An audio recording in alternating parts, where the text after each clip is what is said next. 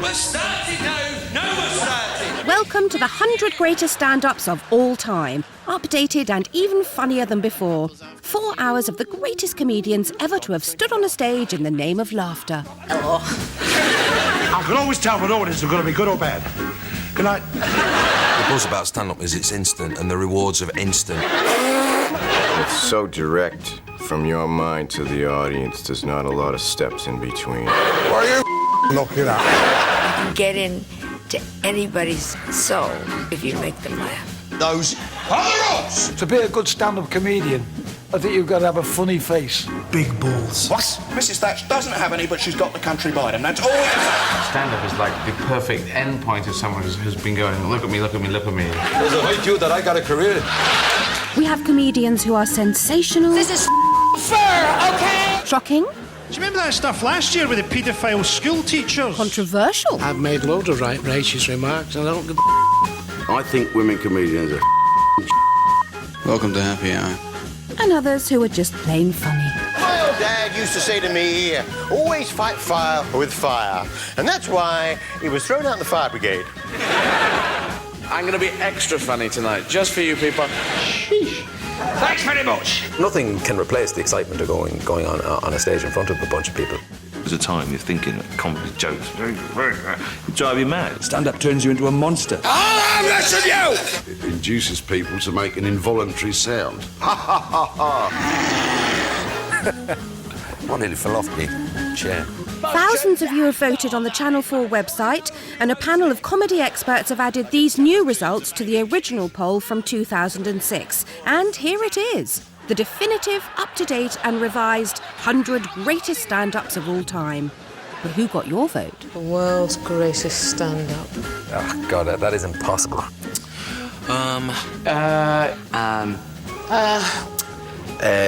Get on with it. And so, with 100 comedians waiting in the wings, let's begin our comedy countdown. To Jethro. I don't know why I'm sitting here if Peter Kay's going to in.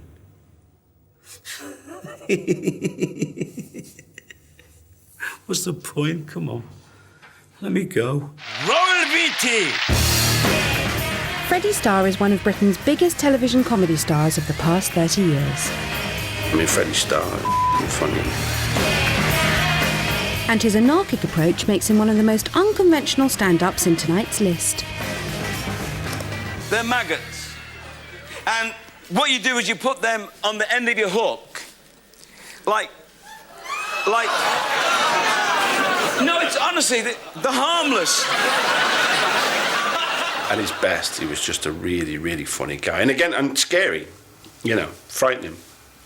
Frightening talent. I mean, you laugh sometimes out of fear, I think. They just feel so lovely down here.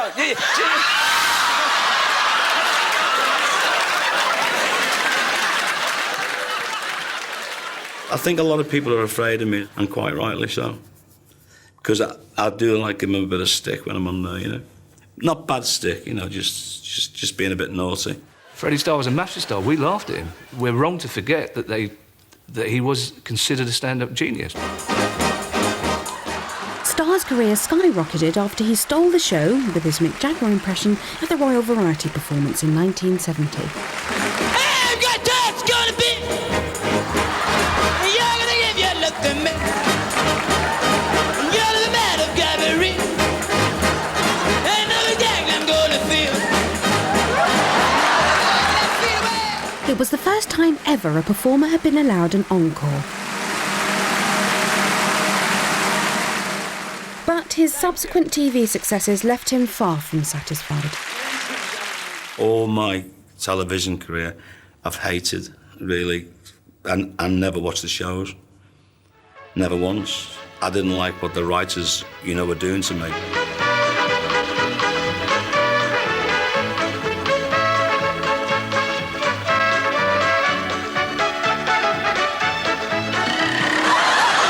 I could never be myself on television, ever.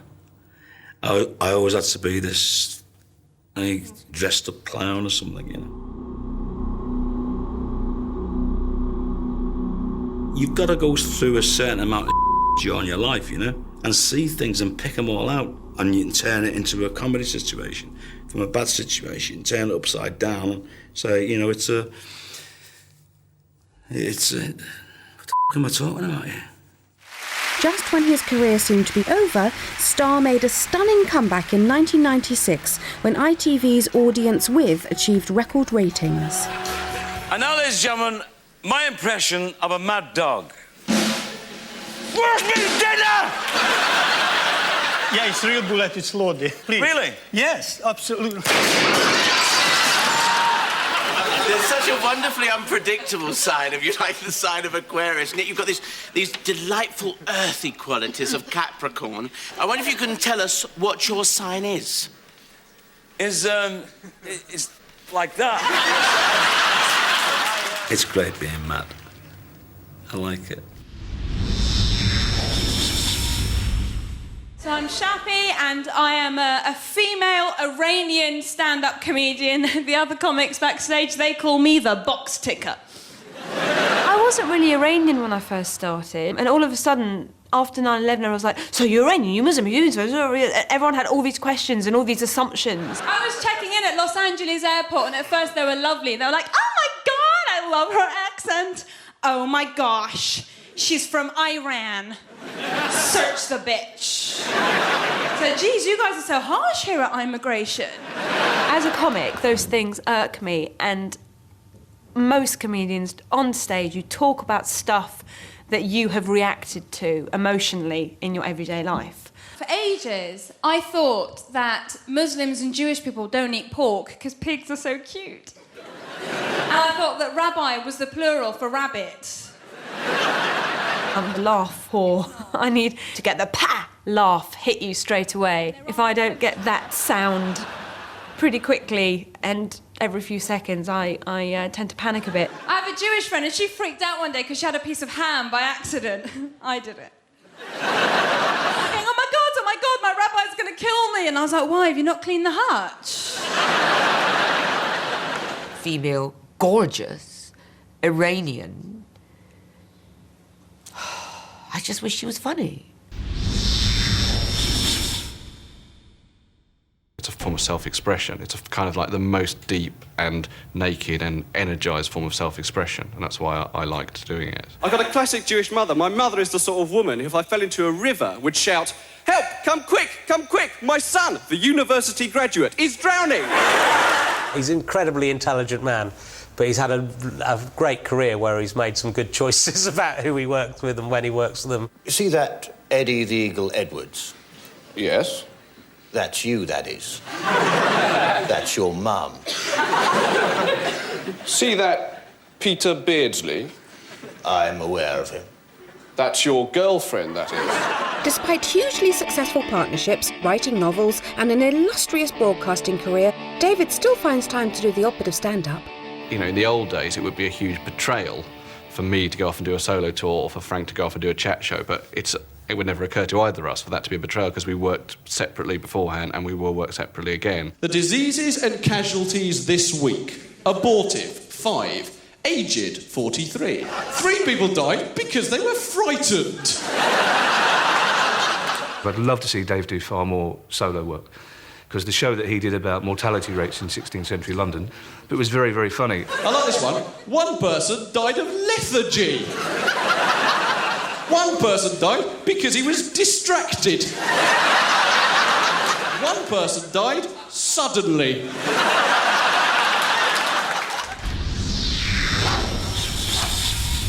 What's the difference between Frank Carson and the M25? You can turn off the M25. Yes, so Frank Carson, he looks like a young Austin Powers. You've heard them all before, it's the way I tell it. Our next stand-up is one of Ireland's best-known comics and king of the rapid-fire delivery. The insurance man called this morning and said, if the last instalment on your granny's funeral isn't paid, up she comes. Since you've left home, your fella has become a sex maniac and tries to make love to me every opportunity he gets. Please excuse the wobbly writing. Let me get away with that one. One of the lovely things about going through life is to be a funny man. And I'm a funny man. and I'm a funny man among funny men. His whole life is around making people laugh and making them happy. That's a crack of that one. If he ever stops joking, I think he'll just fade away and disappear. He's unique, Frank. Bloody good comedian. I'm too bloody good for this programme. He's got a great catchphrase, and everybody in the country or everybody in the world knows it. The way I tell it, it doesn't matter. Your Uncle Paddy... Frank Carson has been telling jokes at 1,000,000 miles an hour for over 40 years. But he really came to prominence in the 1970s on the groundbreaking stand-up show, The Comedians. The phone rang in the middle of the night and he lifted the phone. He said, I'm sorry, you've got the wrong number. It's the meteorological office you want. And she says, who was that? He said, some fellow wanting to know if the coast was clear. He's a brilliant gags man. He's been around forever and he will be around for forever, probably. What about the fellow who was on Mastermind? He said to Maggotty Magazine, do you mind if I answer questions with my back to you? He said, not at all. He says, what's your name? Joe Wilson. Where do you come from? Luton. What do you want to answer questions on? English political history, 1931, 1981. Occupation, taxi driver.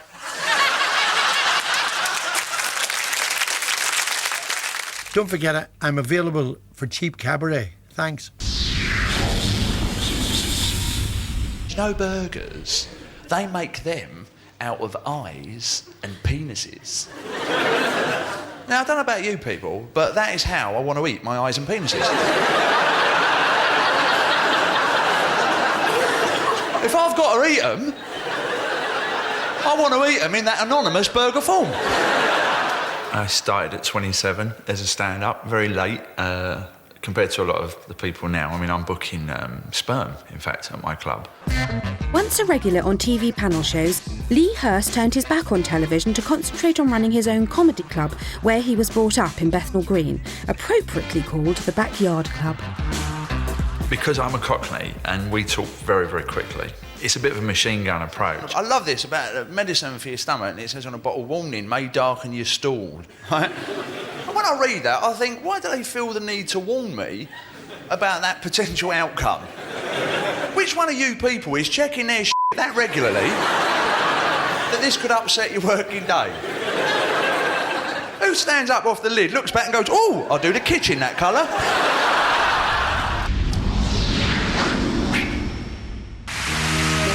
At 95, one of America's hardest working stand-ups, and possibly the most Jewish comedian on the planet, Jackie Mason. You never see a Jewish mugger. Did you ever see a Jewish mugger? The guy tells you I mugged somebody, you know it's a Gentile. Because you have to say, give me your money or I'll kill you. A Jew could never say, I'll kill you. A Jew would say, listen, you don't have to give me all your money. Nobody works harder than me. I work day and night at it. I do shows for nothing in comedy clubs with a tape. I tape it, rewrite it, work on it, polish it, hone it. In America, there was maybe one Jewish football player in the last 40 years. And as soon as he had the ball, all the Jews got excited. Look how they're chasing him, those Nazi bastards. Jackie Mason's big break was on the Ed Sullivan Show in 1962. But after a hand gesture to the host, Mason found himself blackballed from TV. Let me show you my fingers. Listen here. The show was live, and he was telling me that I have 2 minutes left, and he made finger gestures at me to tell me I have 2 minutes left. Oh, I should get off? Ed, I want to thank you very much for whatever you did for my career. The best of luck to you. Now I want to show you a finger, and a finger to you, and a finger to him. He decided that I gave him a filthy, vulgar gesture, and he announced that my contract for the next 8 shows, which I had, was immediately cancelled. But you can't keep a good stand-up down, and today he's performing a new show every year. Does it hurt you that I got a career? The truth is, there's nobody ever lived like Jackie Mason. Even Shakespeare was nothing compared to me. Join us after the break for more great orators on stand-up comedy. If he still doesn't understand what you're saying, smash the place up.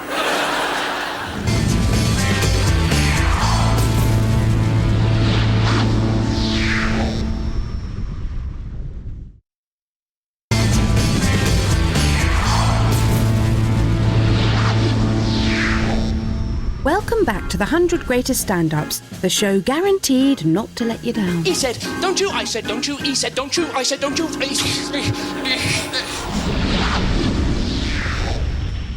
Oh, Arthur's a lovely I think he's South East London. And he's lovely. Oh, there goes the phone. That'll be Arthur. At number 94, broadcaster, actor, writer and the circuit's favourite compere, Arthur Smith. Exposure. My name's Arthur Smith, but before we bring on the next act, I've been asked to say whoever it was who put a tab of acid in the producer's pint of bitter, that was very naughty indeed. But anyway, the producers asked me to say, can the 3 blue crocodiles go and see her about the custard? I think the best compliment you can have, almost, as a compere, is if as has happened to me occasionally, someone's come and said, excuse me, where are the toilets then? You know, they sort of feel you're somehow the owner of the place who happens to have stepped up, and by a strange stroke of luck, it's quite funny too. You kind of own the evening, in a sense, as a compere. The Tufty Club, that was a funny thing. I remember thinking at the time, what a curious idea to get a squirrel to tell little kids how to cross the road. I mean, they don't have a good record on it, do they, squirrels? Bonga, bonga, bonga, bonga, bonga. I don't know why I didn't go to Hull and get a hedgehog to do it, thank you.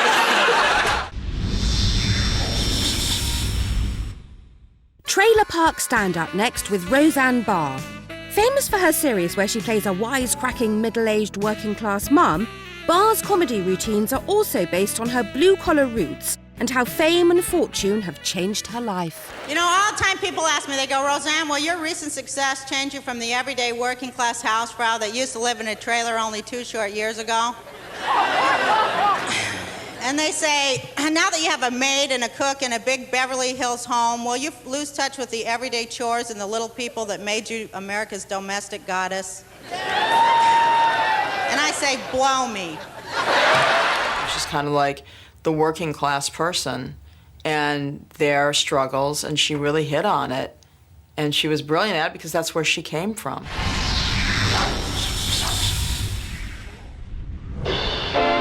Ken Dodd's career in stand-up has lasted longer than anyone else's on tonight's show. He made his first appearance on our screens in the 1950s, and he's still touring today with his legendary marathon sets. Kenny's very well known for doing, 3, 4, 5 hours on stage. You go in at 7 in the evening, you leave the theatre at 1 o'clock in the morning. And he's world famous for doing that. Never worry about the time when you come to one of my shows. Won't do you any good, the doors are locked. And he goes on and on and on. And it's not as though he's going down well, they're just weird and he can't move. What a show we've got lined up for tonight, gentlemen. Tonight we've got artists from all the 4 corners of the job centre. We've got an Irish rabbi, Jaime O'Blimey. We've got Chinese fire eater, Bernie Tung. A fantastic contortionist, Willie Snappit. Keep going till I find something you like. What he does is really remarkable. He'll do a joke, and you know that what he's doing is he's making assessment, because there it gets a 9 and there it gets a 3. So instinctively he starts to make sure that each bit of the audience is going to a 9 mark. I'm an optimist. No, an optimist, love. It's nothing to do with your eyes. Did you know that 50%, and that's almost half, well, I know I'm not brilliant at figures, but... and neither are a lot of people. Do you know that 5 out of 3 people can't do fractions? And you're not going to believe this morning, I got a £10 rebate from the Inland Revenue. And they said there's plenty more where that came from. If I just remember to tick the right box. Oh, what a...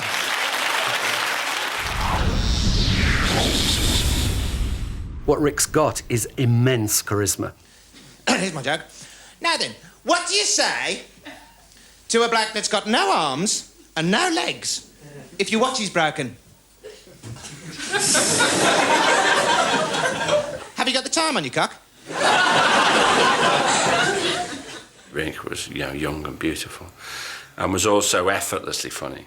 Yeah, he's pure stand-up, Rick. I mean, he feels happiest when he's in front of a crowd, making him laugh. I live with my mum, but she gets on my wick. And when I'm told off, I'm deliberately sick. So look out, you squares. I'm an angry young man. I once showed my willy to...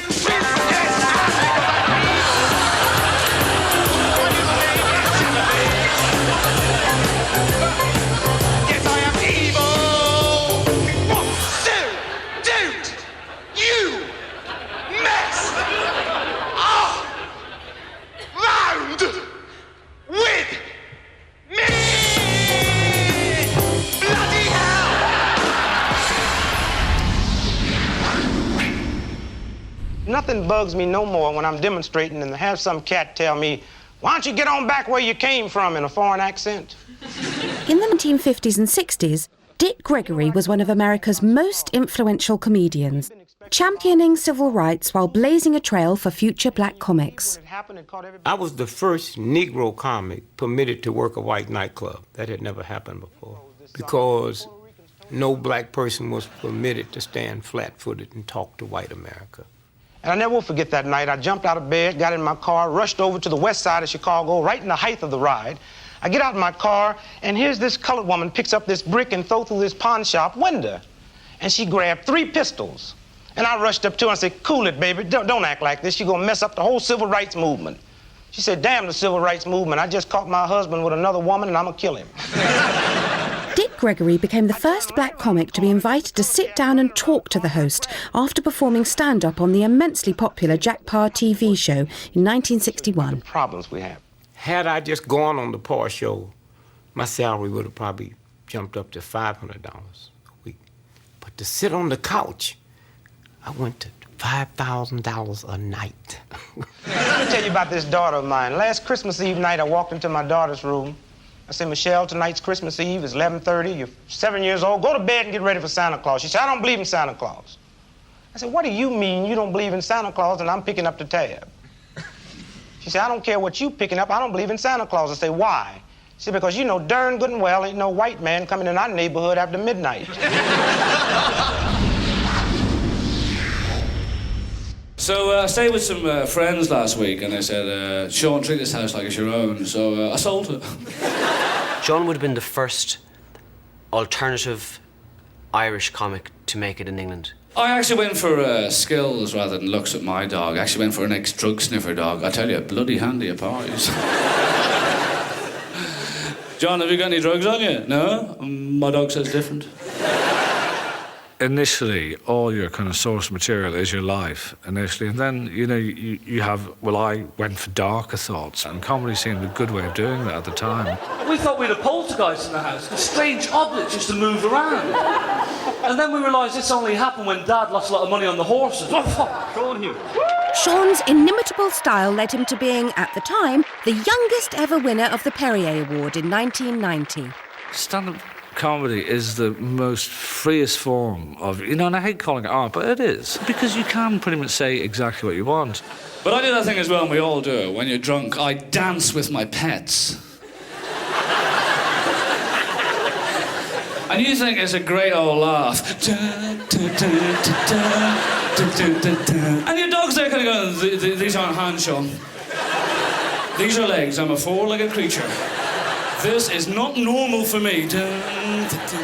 And you see their sad little faces as they're trying to dance backwards, like...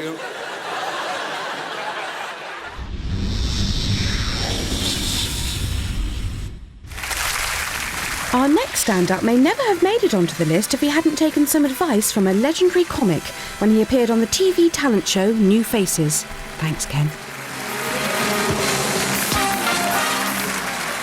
I haven't been in show business long. I used to be a long-distance lorry driver on the Isle of Wight. Very, very, very funny. I'd give him 120 out of 100. When I done New Faces, he was on the panel. He watched the rehearsal in the afternoon, and then I went to make up, and he sat in the chair next to me. And he said, "Hello, son, how are you?" So I said, "Oh, Ken, lovely to meet you." He said, "Can I give you some advice?" I said, "Yeah, what is it?" And he pulled a piece of paper out, and he'd written out my whole act. And he said, "Right, don't do that. Open with this gag instead. When you get the rabbit out of the hat, don't throw it away. Drop it down your trousers, shake your leg, it'll come out the bottom, you get an extra laugh there." And he changed the whole act. And he said, "You do that, you'll win." And I did it, and I won. Joe Pasquale's been performing his stage show for 20 years, with his own blend of stand-up and some Tommy Cooper-style magic thrown in. Yes, Liz, it's the... Oh, listen, Liz, I've just had some bad news about my granddad. Apparently my granddad's come back from the doctors this week. He can only get excited by putting his willy in a hot mug of water. It's not my cup of tea, so what are you saying? And along with the magic and comedy is Mr. Pasquale's innate and rather unique ability to be able to curdle milk with his voice. The buckets of doom! I thought he put that voice on, you see. And when I went to see him, When I spoke to him, he spoke back in a little squeaky voice. The buckets of them. Why did the Mexican throw his wife off the cliff? Tequila. My voice is my voice, and that's all you can say about it. I'd love to have a strong, deep, macho voice, but it's not there. So if that's what people remember you for, and if that's the hook, then so be it. But I don't think you can invent something like that.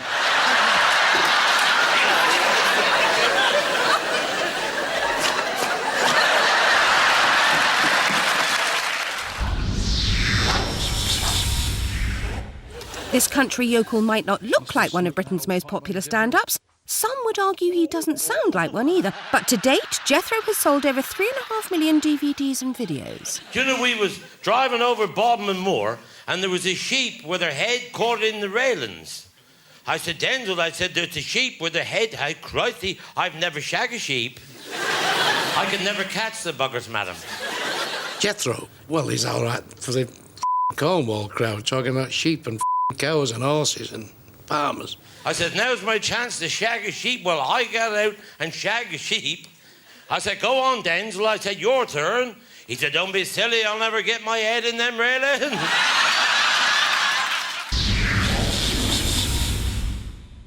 Great talent in many, many, many ways. What an impersonator. What an impressionist. Wonderful.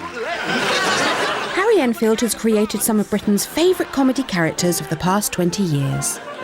He's really phenomenally skilled at the character stuff. And I guess it was Harry that kind of blazed the trail for stand-up characters. And it was this 80s loudmouth who really captured the mood of the times. What's that, then? No, it ain't! It's loads more money! Well, I had loads of money last week, but I spent it all up, didn't I? This is loads more money! That's what you get being a plasterer. Bosham, loads of money. Bosham, loads more money. The whole point about Loads of Money is that he was the ultimate expression of everything that was wrong with Thatcherism and the me generation and the ego generation and the money generation. Hey, what's that? Bleeding fibre! Get out of it! Very, very quickly, those characters become the heroes of the people you're trying to satirise. And even those people who have made heroes of them, they still know it's ironic, but they don't care. They just think, oh, yeah, he's just like me, loads of money, great. I went to see my accountant this week, didn't I? Yeah. He said to me, he said, oi, Sunbeam, you want to put your money into property? So I bought a house, put all my money in it, didn't I?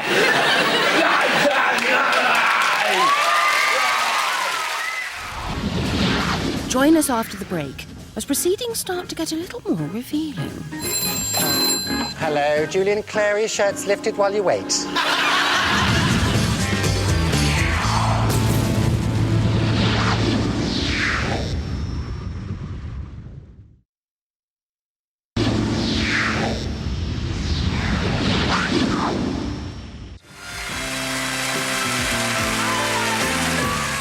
People find the character of Edna rather endearing. I can't understand that, because she is something of a monster. Tell me the history of that frock, Judy. It's obviously an old favourite of yours. It's lovely. Is it a furnishing fabric, Judy? You were very wise to remove the curtain rings. He says the most outrageous things and couches them that it's the sweetest lady doing it. See, you talk about her as a she. It's extraordinary, isn't it? That's how complete that character is. Barry Humphrey's other major stand-up character came in the shape of the spectacularly inebriated Les Patterson. And I have the honour to be the Australian Cultural Attaché to the Court of St James. I also have the rare distinction of being the first official failure of the Betty Ford Foundation. He's made a character so he can say whatever he likes, as offensive as you can possibly get. Ladies and gentlemen, I'm not going to hang around up here like a fart in a phone box. We comedians are really at war with the new Puritanism. That doesn't mean we all want to be dirty.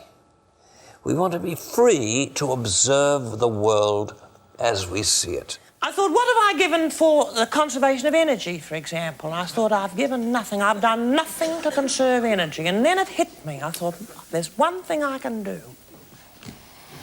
I can have Norm taken off his life support system. I'm still astounded to think that something I just thought of for a student prank, really, is still going strong. Our next comedian started out as a compere for the likes of Cannon and Ball and Max Boyce, while working full-time as Chief Biomedical Scientist in Haematology at the Royal Bolton Hospital. Dave Spilacki. God, Dave Spilacki. Never heard of him. And not many people had until Phoenix Nights made Jerry St Clair Dignan one of sitcom's best-known stand-ups. Well, I went to the doctor's. He's got a steering wheel stuck down his underpants. Doctor said, that looks painful. He said, it's driving me nuts. I was in the butcher's. I said, where's your assistant? He said, I sacked him. I said, why have you sacked him? He said, he kept putting his willy in the bacon slicer. I said, oh, what happened to your bacon slicer? He said, I sacked her and all. I said, I just got into it because I just love making people laugh. It's your take on life, but it's putting your spin on it and exaggerating for comic effect. We do a sponsorship thing every year in the village. Would you like to get involved? Yes, put me down. SPIK. What is it? He said it's a half marathon. I went, oh no, hang on, whoa, no, half marathon, no, keyhole surgery, oh no. I said, honestly, I couldn't do the half marathon. He said, well, you must seriously think about it because it's for partially sighted and blind children. So I thought, well, I could win that.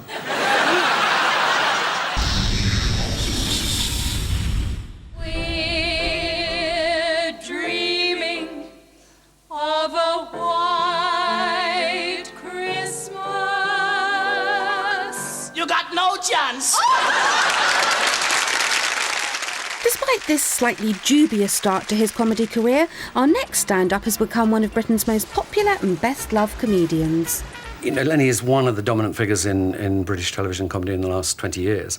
He's got such a lot of integrity and heart and very warm person. You know, that's why people like him. You know, he's a very warm, caring person. I'm really glad my mum never caught me drinking, you know. I'm glad the police never arrested me and took me down to the police station because my mum would have had to come and get me out and that would have been a fate worse than death. She'd walk in. Where is the criminal? You bring shame and tribulation down on my family? You mean to say you was a alcoholic now? You with the 3 stripes, let me a truncheon. You mustn't do it again. You mustn't come in. At number 82, it's Bob Newhart and his seminal driving instructor routine.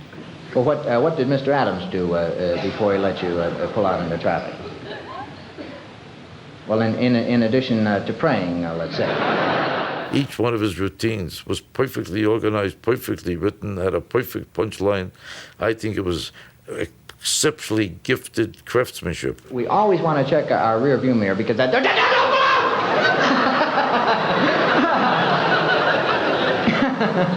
Yeah, I didn't mean to shout at you like that. And to give you an idea how great his material is, in 1998, he got a Grammy nomination for his album, which was nothing more than his material that was 40 years old, but it was so fresh. That's how great it is. You have the feeling you're blocking somebody's lane. No, as a matter of fact, as long as you're here on the safety island, you see, you couldn't be blocking anyone's lane, huh?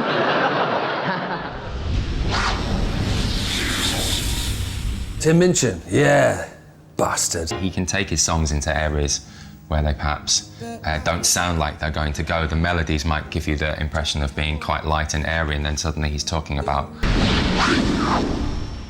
Today I came a bit early. I went and had a few holes, golf.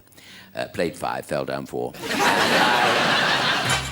As well as being the shortest half of one of the most celebrated partnerships in comedy history, Ronnie Corbett could also be described as possibly our laziest stand-up, carving a unique niche for himself with his meandering sit-down monologues. You watch the Ronnie Corbett monologues, they seem surprisingly modern. And I think that's because they've got the sort of changes in pace that we have. They've got the sort of variety of subject and topic that alternative comedy has. And also somebody who's kind of aware that some of the jokes are corny and cheesy, but colludes in that process. It was 5:30. I'd just left to go home when suddenly, without warning, the kidnapper struck. Car roared up outside along beside me. The door was flung open, I was dragged in, and off we went.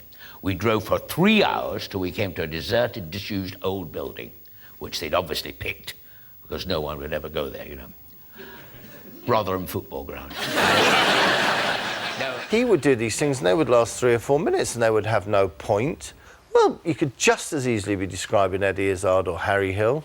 Corbett still performs, but prefers orthodox stand-up to his comfy chair these days. Once I went for a casual job on a building site. Labour, the foreman said to me, "Can you make a cup of tea?" he said to me. I said, "Yes." He said, "Can you drive a forklift truck?" I said, "Christ, how big's the kettle?"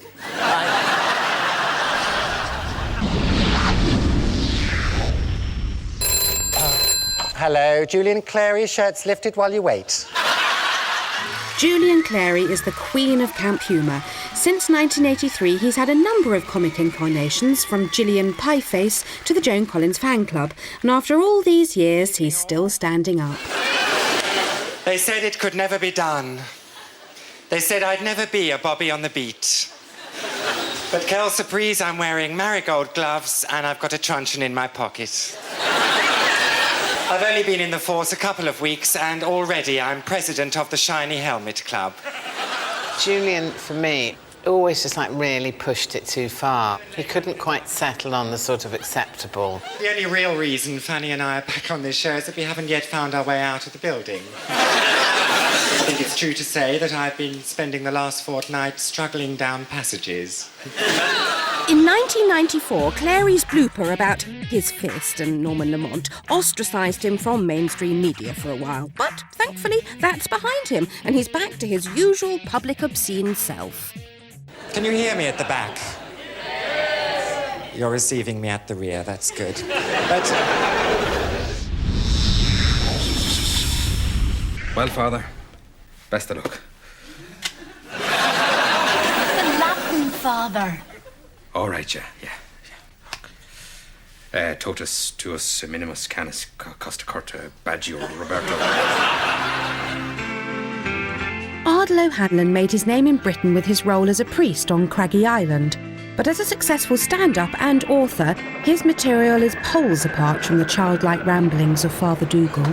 And Sue Lawley stopped me one time. Do you know Sue Lawley? Another person I hate, actually. I hate her whole family as well, my dad.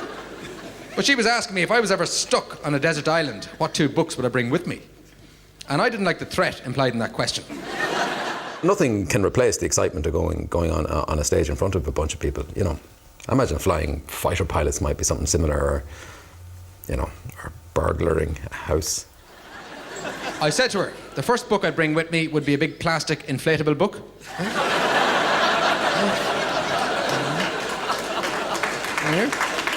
And the second one would be how to make oars out of sand, all right? Now leave me alone.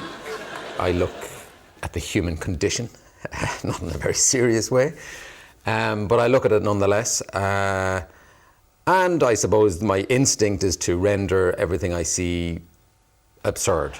Condoms, they're useless and they're ineffective and they burst. And your stomach just can't cope with the sudden impact of 2 kilos of cocaine. You know what I mean? Well, you know, I'm not advocating smuggling drugs, but the best way to smuggle drugs, if you're going to do it, is, of course, to shove them up a dog's arse, not your own. Because if the sniffer dogs suspect anything, the airport...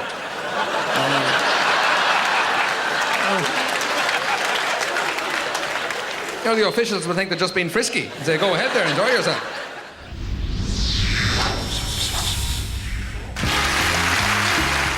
Emo Phillips' first gig in Britain was on the Bob Monkhouse show back in 1986, and from his first few words, it was obvious this was something a little different.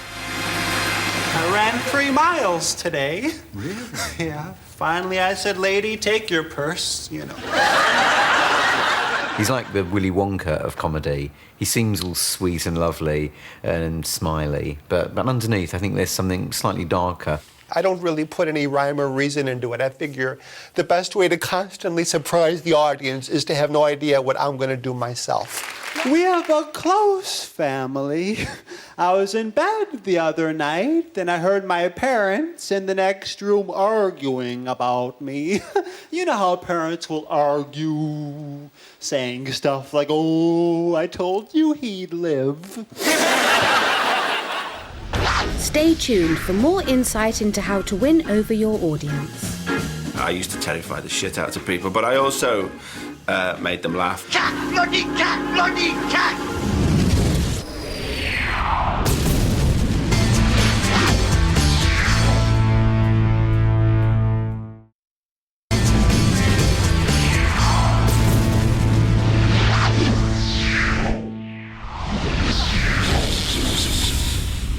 You're going out for a little while? I said, yes. Why? I said, because I don't want to stay in, that's why. Cheap Money was in the category of the comedy droll, the odd person. He was sort of deadpan before deadpan was hip. So after some time, a door arrived. Not on its own, of course. There was two fellas brought it up, you know. So, once the door was fixed, I made my way out. Because I wanted to get out, you see. I turned this handle. There was one on the other side. I noticed that on the way out. I never used that. You need to put your arm around the door. I never...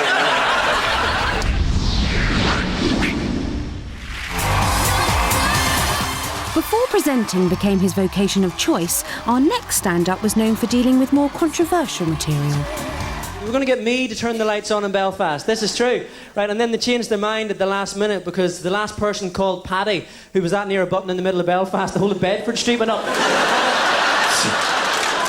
In County Down, in 1988, Patrick Kielty's father was murdered by loyalist paramilitaries, despite having no connection to the Troubles.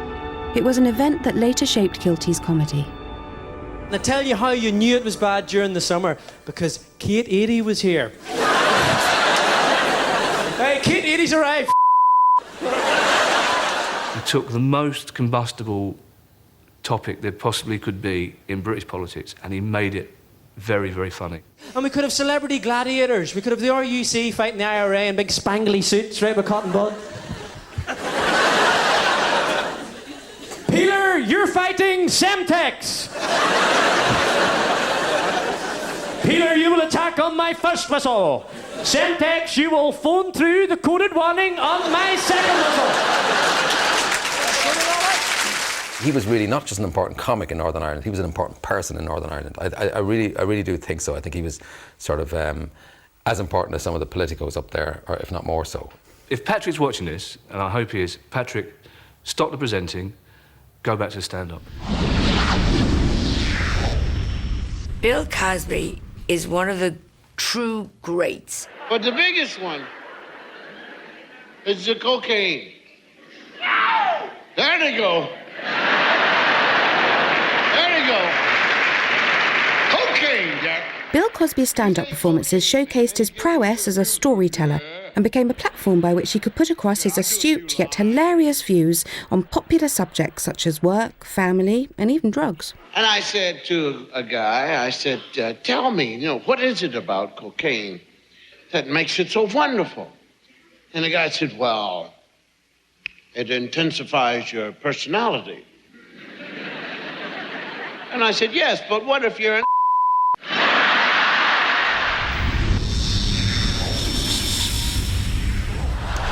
First of all, I'd like to thank the local Hammersmith Council, which is probably a Labour lefty Save the World 2CV driving Greenpeace vegetarian wallies. With regards to politics, I take the sort of right-wing, bigoted view. But I hope people in the audience get the joke. Do you know what else I'd do? I'd get rid of them Romanian begging gypsy women. Should I do that? Yes! Get them out of London! Jim Davidson is a rather nasty man who isn't a very good comedian. Laughter time next, and to a fellow who's scored the highest mark so far in the series. And I'm sure you're going to enjoy him again tonight. Jim Davidson. Nick. I said, morning, officer. I said, hello there. Hello there. Well, it was Birmingham. I said, what's the water like? I said, oh, it's lukewarm. I dived in, it was freezing. I said, I thought you told me it was lukewarm. I said, well, it's lukewarm to me. He's probably the only act that I've seen up to now on New Faces that in 40 years' time we're still going to know about him. Well, not quite 40, but Jim Davison is still doing stand-up and has sold over 2 million DVDs. And whether on or off stage, he's never afraid to voice his opinions. I don't like women. I hate women. I do. I've had 4 of them and they've got on. I can't work them out at all. We couldn't them. We wouldn't talk to them at all, would we? You go home at night, the wife's been in bed since the first bong of news at 10. With this nightie that her mother used to wear. Like, yeah, state of that. I think politically correctness just fuels the bigots. The more politically correct is drummed down our throat, the more it makes me funnier when I go on and say it's all bollocks. Racist. Don't forget, I started in the days when Love Thy Neighbour, where he was calling them a Sambo and he was calling them Snowflake, where racism was cartoon racism. It was fun. There's people starving in the third world. Them. I'm sounding like I'm bitter and twisted old aren't I?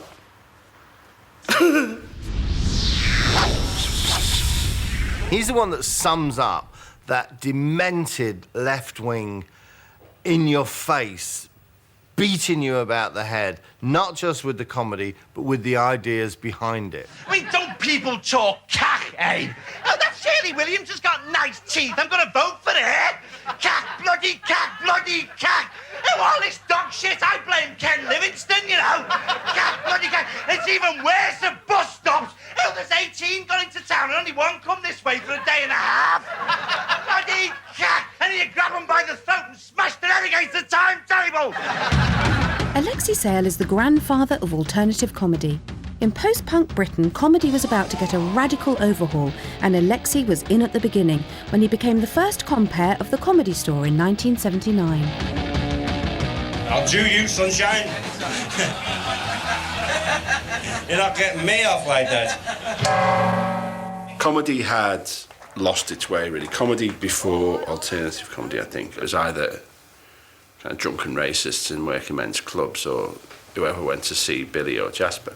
There was no one like Alexei coming out on stage, coming out with the stuff that he did. Wonderful stuff. He used to come out and say to us, OK, I'm a Marxist-Leninist comedian. And if you bastards don't find my stuff funny, you're a load of fascist shitbags. That was the opening of his act. You know, people often say to me, Alexei, what is alternative, new wave, Marxist comedy? And I say, sod off, you nosy bastard. I used to terrify the shit out of people, but I also made them laugh. The most important thing for any comic is authority. Now what I am is Britain's first mod two-tone poet, right? Now, I think it's about time, so I've invented myself, you know? And now, you know, I'm trying to articulate all them thoughts us mods have, you know, like, duh. And I think I'll duff that geezer. I mean, I was just always arrogant and thought I was absolutely brilliant, and therefore, yeah, well, yeah, of course I was on the telly, of course I had a hit record. 1, 2, 3, 4. Hello, John Dottenham. Hello, John Dottenham. Hello, John Dottenham. Hello, John Dottenham.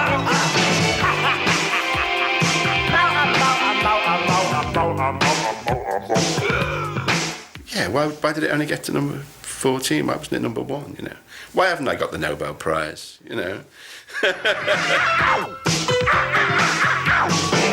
John Dottenham. Hello, John Dottenham. He's an Avon representative. Yeah, I guess it made a difference. Sayle prematurely ended touring as a stand-up in 1985 to concentrate on TV work. After several hit solo shows and even a short stint in Hollywood, he's now a successful author. I was just like an early prototype, you know. I was like one of them cars, you know, in the early era of the automobiles, kind of run half steam and half by a kind of donkey. And then when sort of somebody like Frank Skinner came along, they thought, oh, you know, he's not calling us. Pretty soon people realised they could get by without me.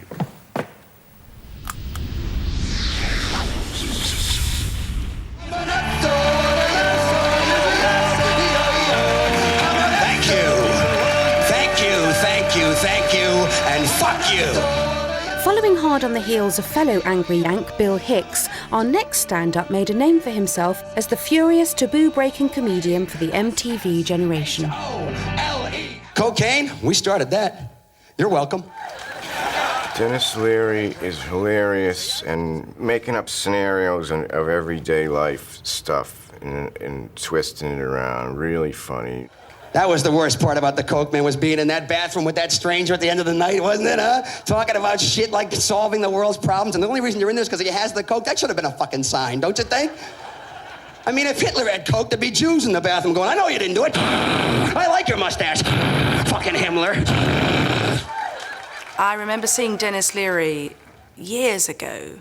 He wasn't at all well known. And there was a whole sort of smoking thing that he was doing all the way through. And it was just killingly funny. I'm looking forward to cancer, man. I want that throat cancer. That's the best kind. You know why? You get that throat cancer, they give you that voice box thing. You know what I'm talking about? It's the energy. It's just the kind of non-stop high energy. And that to me is really sort of appealing. Guy with a voice box pulling up to the drive-through window at McDonald's. That has to suck, huh? Can I help you? Big Mac and a large order of fries. Stop making fun of me. I'm not making fun of you. I'm getting the manager. Get the fucking manager. I don't care. Dennis Leary's style and material has often been compared to that of his friend, Bill Hicks. At least they were friends, until Hicks began to feel that Dennis's routine sounded a little familiar. Guy in the States, this guy Jim Fixx, was a health nut, runner, jogger, wrote books about jogging, had a heart attack while jogging, and died. Remember Jim Fixx, the big famous jogging guy? Jogged 15 miles a day, did a jogging book, did a jogging video, and dropped out of a massive heart attack when? When he was fucking jogging, that's when! Dennis is a brilliant comic, he is. And I think he probably was very influenced by Bill Hicks. And I know Bill hated it because when I met Bill, he'd just quit smoking. And I said, Jesus, it's great. You know, how come you just quit smoking after doing all that stuff? He went to see if Dennis would. There's been an ongoing thing about people saying, oh, Dennis Leary stole Bill Hicks's act. It's just bullshit. He didn't, and he's a great performer. Women comics are the worst.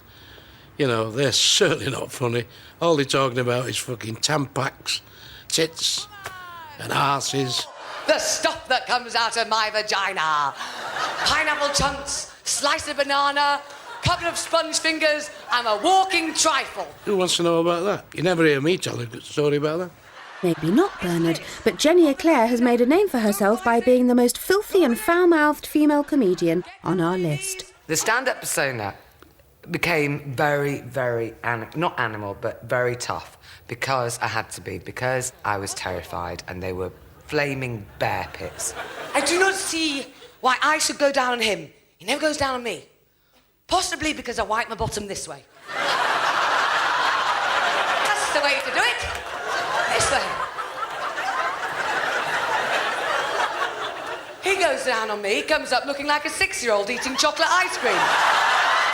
I'm an odd mix of huge ego and odd inferiority complex. It's kind of an amazing experience to sort of see her because she talks so fast and ideas come kind of, you know, they batter you. But I hate it. Hate it, hate it, hate it. When men say that women shouldn't drink. Fuck off. We didn't get pissed, most of you would never get a shag.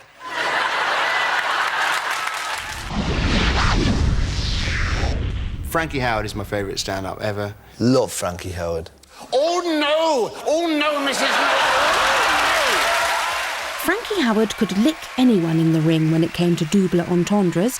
In a career that spanned 6 decades, he became a favourite with everyone, from students to their grandparents. Frankie Howerd developed a wonderful technique of looking outraged at the filthy minds of the audience. So it was never him actually doing it, it was you reading stuff into it. Nay, nay, as the horse said to the trainer as he was being mounted. I mean, the horse, not the trainer. Terrible warrior, nerve-ridden performer, and he was clever enough to adapt that, to make it a style. I prefer to call it creative apprehension. No. I've just felt you do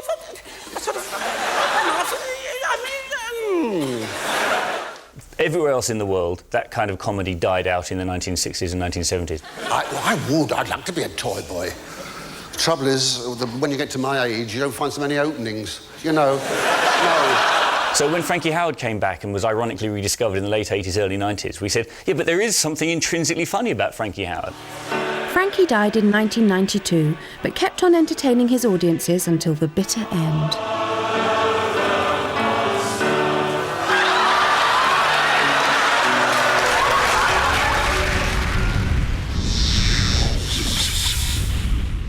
People are watching this saying, is that Myra Hindley? When did she get out? You got to dress up as a woman to be funny, that's the time to fucking turn it in. But Paul O'Grady got big laughs as the acid-tongued scouse drag act Lily Savage. I buried my grandmother on Friday. Well, I'll tell you, do you know what she died of? Hypothermia. Had nothing to do with the weather, oh no. She's been shoplifting in bee-jams. I think Lily Savage definitely belongs to the great British music hall tradition. God, isn't it warm? I'm sweating like a glass below his arse. Don't you think it's hot? This is actually as Andrew Rhodes, this outfit. She doesn't know I've got it, but I do a service wash. Paul O'Grady retired Lily in 2000, and following his recent success as a chat show host, has no plans to bring back the foul-mouthed peroxide blonde. If your sex life is boring, try using toys. Oh, I can't wait to walk around the house with Cindy hanging out my arse. Join us after the break for more of the greatest stand-ups of all time and some tips on how to lead a healthy lifestyle. If I'm lying on my back, choking on my own vomit, I know that I should only have one, maybe two more drinks.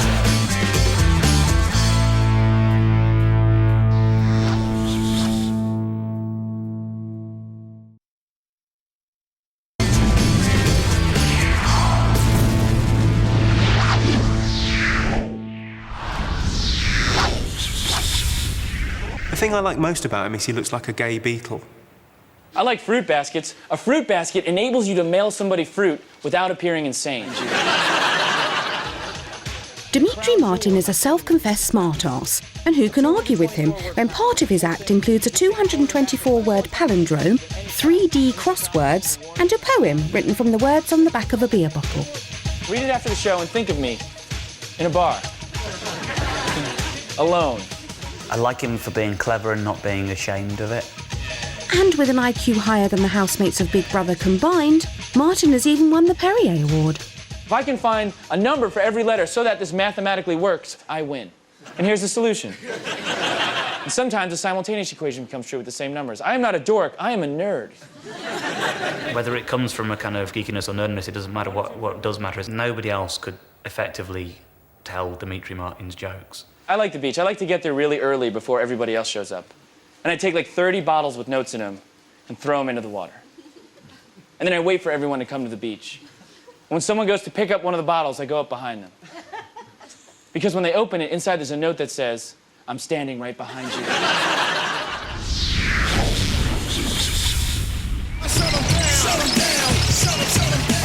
Our next stand-up is as much a political crusader as he is a comedian. So, you want fries? Please, do you want the £4-pounder? OK, so it's 5 fry. Hello? Yeah, I'm a big fan of Mark Thomas. He's really great. In a way, he's gone beyond comedy, hasn't he? Because the subjects he tackles are so serious. I think one of the only jobs left with any dignity, any soul and any pride is prostitution. Seriously, because at least you don't have to say, have a nice day, and just do your job. And if they legalise prostitution, some corporate bastard will get hold of it and they'd market it all and there'd be sort of like McShagburger's drive-in fuck parlour. And you'd drive in and what do you want? I'll have 120-pounder French thighs, I'll have a muffin, a shake and a McWank. All right, so... When he does stand-up, it's really funny. And it has a political agenda and he tells you things that you didn't know. Where some people will go off on a political rant and won't care that it's not funny for a while. And Mark Thomas doesn't do that. What size vagina? Small, regular or large? I'll have a large, thank you very much. Do you want compliments? Yeah, I'll have you're very good and hey, I haven't had that for some time. Yeah, I'll have lies with that.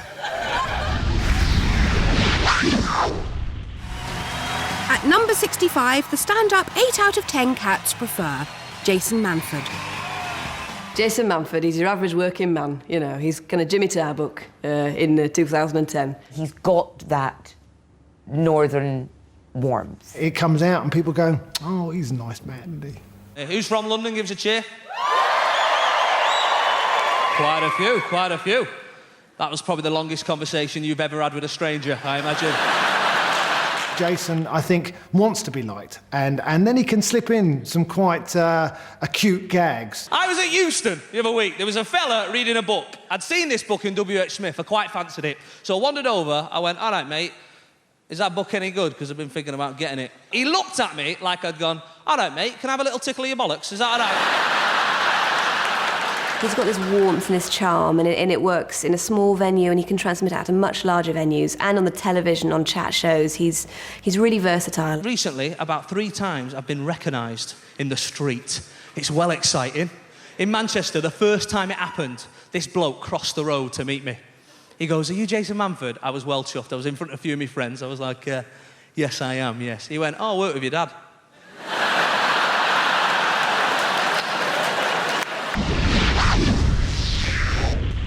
Did you understand any of these naughty jokes? Some of them. Shame on you, child! Get thee to a nunnery. Better still, come to an old monk house. Bob Monkhouse was the godfather. I think there was a lot of stuff that was misunderstood about Bob Monkhouse. People saw him as a little bit smarmy, but in fact he wasn't. He was a really genuine guy. He went in fashion, he was out of fashion, and then he came back in again. And when he came back in with a vengeance. Often when I'm abroad, you know, and I meet people who've never been in Britain and never seen me, they say, what do you do for a living? I say, I'm a comedian. And, you know, if you say that, people always respond in the same way. You're a comedian? Tell me a joke. They don't do this to anybody else in any other walk of life. They don't say, you're a cartographer, draw me a map. They don't do that. They don't say, oh, you're a politician, tell me a lie. You're a gynecologist, take a look at the wife. They don't do that. Famed for his encyclopedic repertoire and exhaustive collection of gags, Bob Monkhouse's world was to fall apart in 1995. For once, Bob Monkhouse didn't see the funny side today. A thief has stolen 2 of his joke books filled with gags and sketches from the past 25 years. Every idea I have, every thought I put in the books. I colour code what I do it all in handwriting. I'm very old-fashioned, not on computer, and they're the only copies I have. I'd looked through the books a couple of times, and each page was scribbles and drawings and doodles, because he was a good artist as well, Bob. But it was all catalogued to such a degree, when I held him in my hands, it was like having the Magna Carta in my hands. Oh, this is about Prince Edward, the baby potato. He is all man, macho Edward. Just a second. This is his girlfriend, the lady friend. I beg your pardon, the lady friend. And she says, oh, let me find the piece. Oh, here it is. He is macho. Ever since he was a teenager, Edward has wanted to be in the Hussars. Yeah, you see. Doesn't say Hussars he wanted to be in, he does. He was the comic of all time, as far as I'm concerned. He's the top of my list ever. Not just as a comic, but as a bloke and as a human being. This man started out as a poet and warm-up act for Billy Bragg. But in 1996, after a UK tour with Jedi Steady Go, a personal interpretation of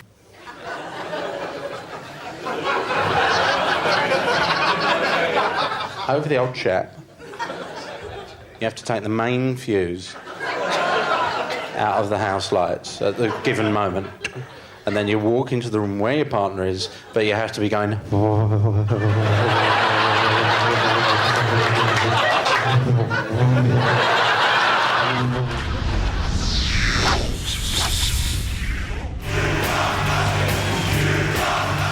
Our next comedian has sold over 4 million DVDs and videos, and he's performed live to over 5 million people. But you'll never see him on TV. Why? Because he's Britain's bluest and most foul-mouthed comedian, Roy Chubby Brown.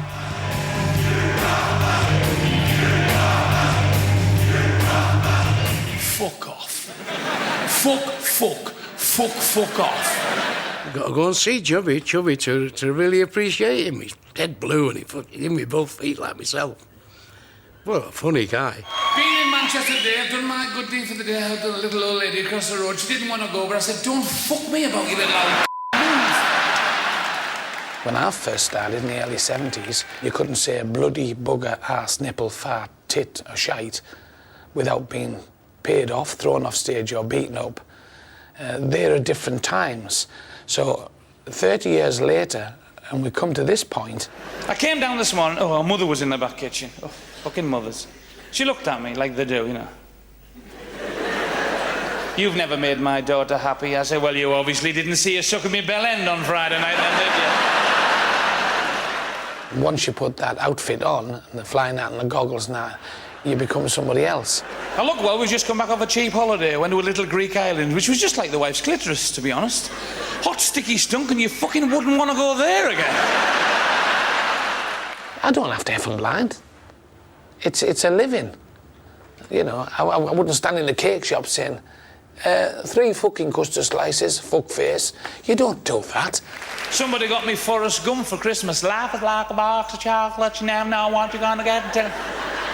Life's like oral sex, one slip of the tongue, you're in the shit.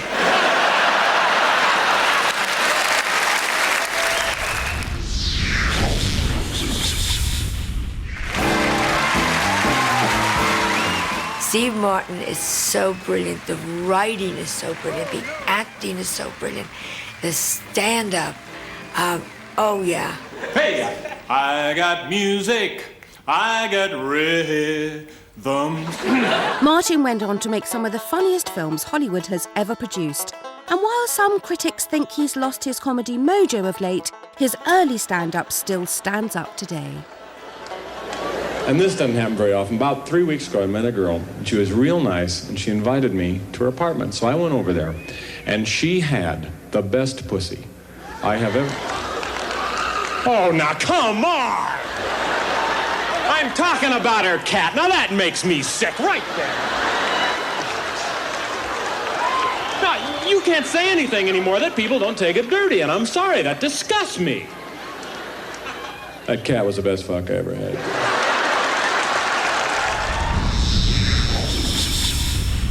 More famous as Taxi's Latka, Andy Kaufman's performances have become legendary. My wife. Take my wife, please take her. He made a point of being deliberately unfunny, which resulted in his style being somewhat unorthodox for stand-up comedy. Much, but she don't know how to cook. You know, one night she makes steak and mashed potato, and the night before she makes spaghetti and meatballs. Her cooking is so bad. It's terrible. He would deliberately create the illusion that he was bombing. He did impressions that were... I'd like to do the Jimmy Carter. Hello, I am Jimmy Carter. You go, oh my God. Not content with being just unfunny, Kaufman had a peculiar desire to wrong-foot and antagonise people. This saw him go as far as taking on female members of the audience in wrestling bouts and provoking the crowd to react even if it meant in a hostile way.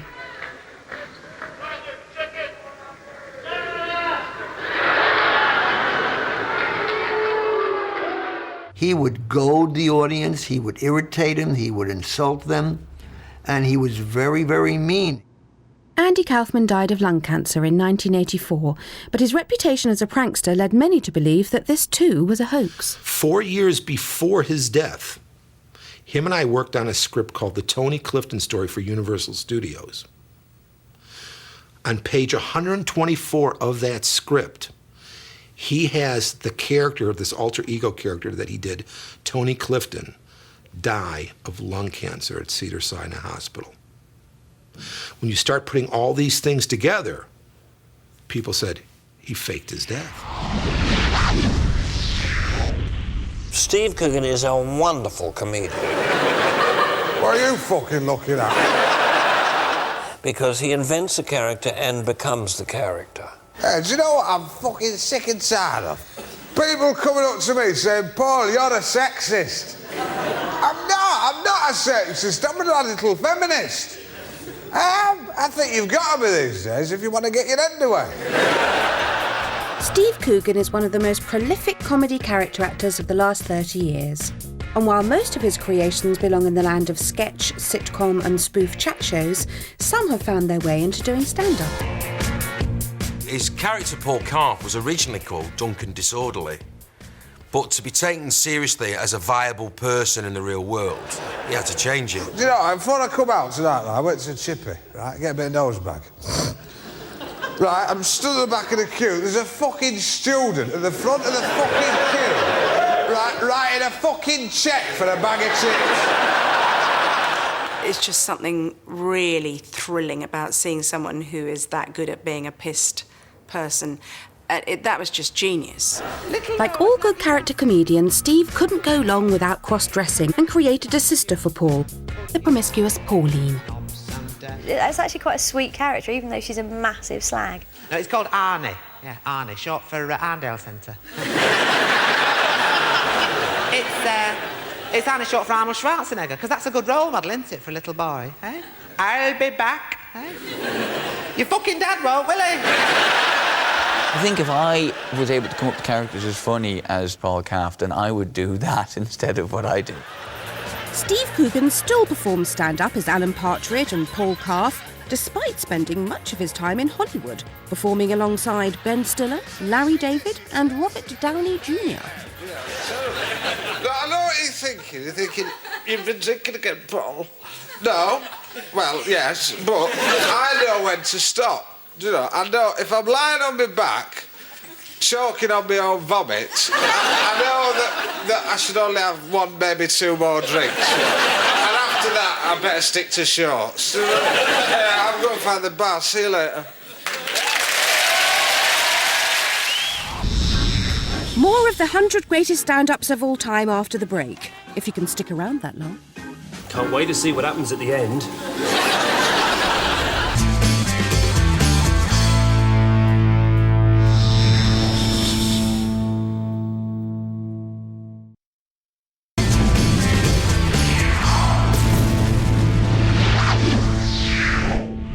Welcome back to the show with only jokers in the pack. I stayed up one night playing poker with tarot cards. I got a full house and 4 people died. Yes, it is I, Graham Norton, shiny puff off the television. At number 58, it's the acid tongue-in-cheek of Graham Norton, a man whose larger-than-life persona has catapulted him into being one of Britain's most popular presenters. Graham Norton is gorgeous. He had to be a star. Now the acceptable face of BBC Family Entertainment, when Norton first got his TV break on Channel 4, like his stand-up, he went for the jugular, or any vein that was throbbing. Oh, hello, I'm Harry Pufter. I love all this Halloween business. There's nothing I like more than cruising around town with wood between my legs, hoping I won't get blown off too soon. I wonder if I'll ever see pussy again. Probably not. I've heard people tell me, oh, Graham Norton's really sold out. Well, how? Graham's funny on TV. Graham was funny live. Graham's just doing what Graham does. It happens to be really popular. I know it's odd for me to talk about children, because obviously, you know, me, myself, I've never had a child. Had a couple of teenagers, but... 18 teenager! Because let's face it, when you get to my age, the last thing you want to do when you wake up in the morning is iron someone's school uniform. No! Just wait. Anybody here from animal rights? Because this is fucking fur, okay? From the Holocaust to her own husband's suicide, when it comes to material for her routines, this next comedian knows no boundaries. I say what I want, I do what I want, I don't even think about crossing lines. Let me tell you, I don't give a shit if you're white or black or yellow or green as long as you can do my hair. It is, oh, yes! She doesn't sit around wondering how charming she is. She belts out all kinds of jokes by the thousands. I once had a rapist fall asleep in the middle.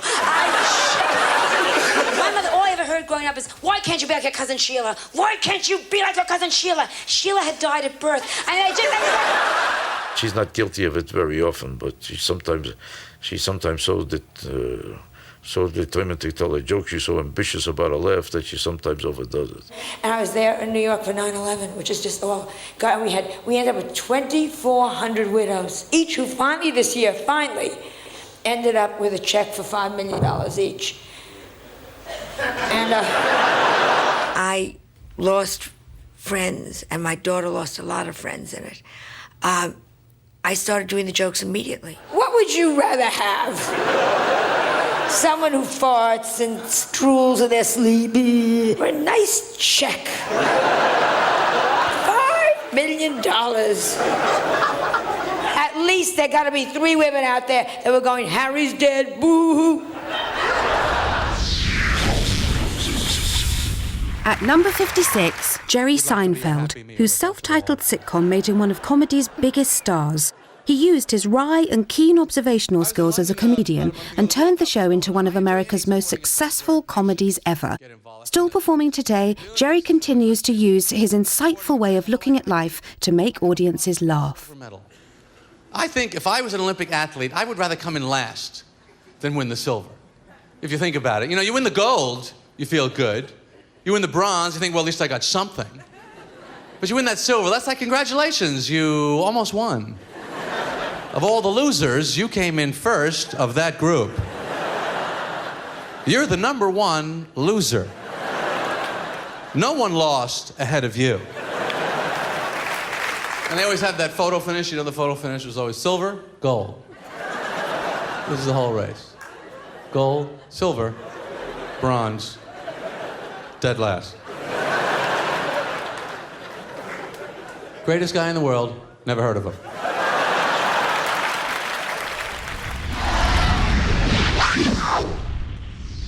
Dave Allen was one of the most prolific and successful comedians ever to come out of Ireland. With 11 series and dozens of one-off specials, his brilliance was to take commonly held assumptions and beliefs, mainly about the taboo subjects of religion and politics, and turn them into hilarious comedy routines. And God comes down and has a conversation with Eve and tells her that she can eat of any fruit in the tree in the whole garden with the exception of one fruit tree. He's talking to a woman. He actually tells her not to eat of the fruit.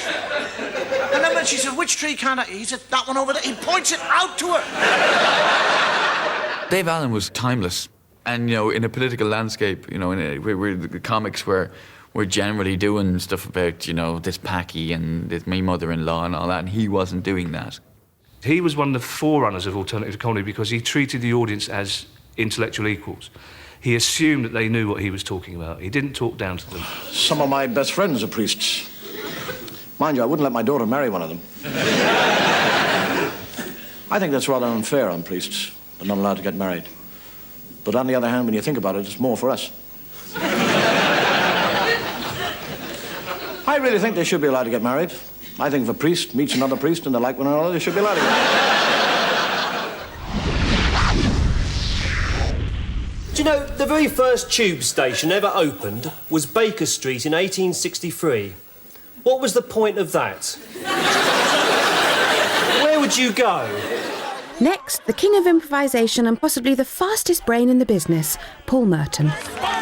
When you hear the joke, you see it.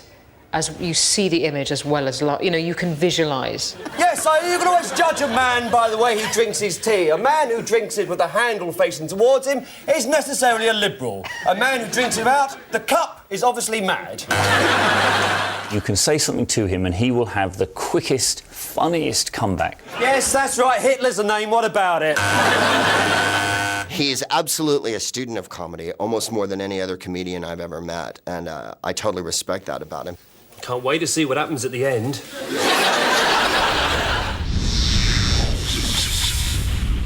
Lenny Bruce was the foul-mouthed crown prince of hipster stand-up in the 1950s, who had a seismic impact on the comedy world. Who's the most influential person in my life? Only one, Lenny Bruce. No one touches Lenny Bruce. He was the original guy to really question authority and question mores and question racism and religion and sexuality and dating. Marijuana, much about 5 years it'll be legal. You know, most of the law students I know smoke marijuana, that's why it'll be legal. Bruce's comedy may have been a hit with the cool crowd, but the authorities thought differently, arresting him 3 times between 1960 and 1962 on charges of obscenity. The law and its hypocrisies soon became central to Bruce's act. It's an obscenity circus that's been going on for about 5 years. An illiterate view of the law is that what's obscene is dirty screwing and fancy screwing. And if a guy can tear off a piece of ass with class, then he's cool. This guy was not allowed to be a stand-up comic anymore because of the things he said. It was a sad end for the funny man who was brought to his knees by legal fees and heroin addiction. In 1966, Lenny Bruce died from a morphine overdose. If the comedy world had a civil rights movement, he's Martin Luther King.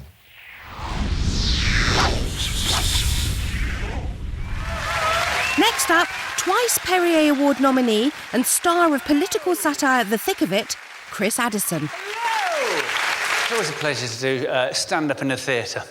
The ultimate middle-class way of enjoying a proletarian art form. It is, isn't it? Anyway, I feel slightly embarrassed not to have brought a bottle of wine. You feel he's a man not just trying to do some gags and going home. He's thought about what he's trying to say. You know, the Spanish Catholic Church is, you know this, at Easter time, there's a town in Spain where they throw a donkey we throw the donkey of the church!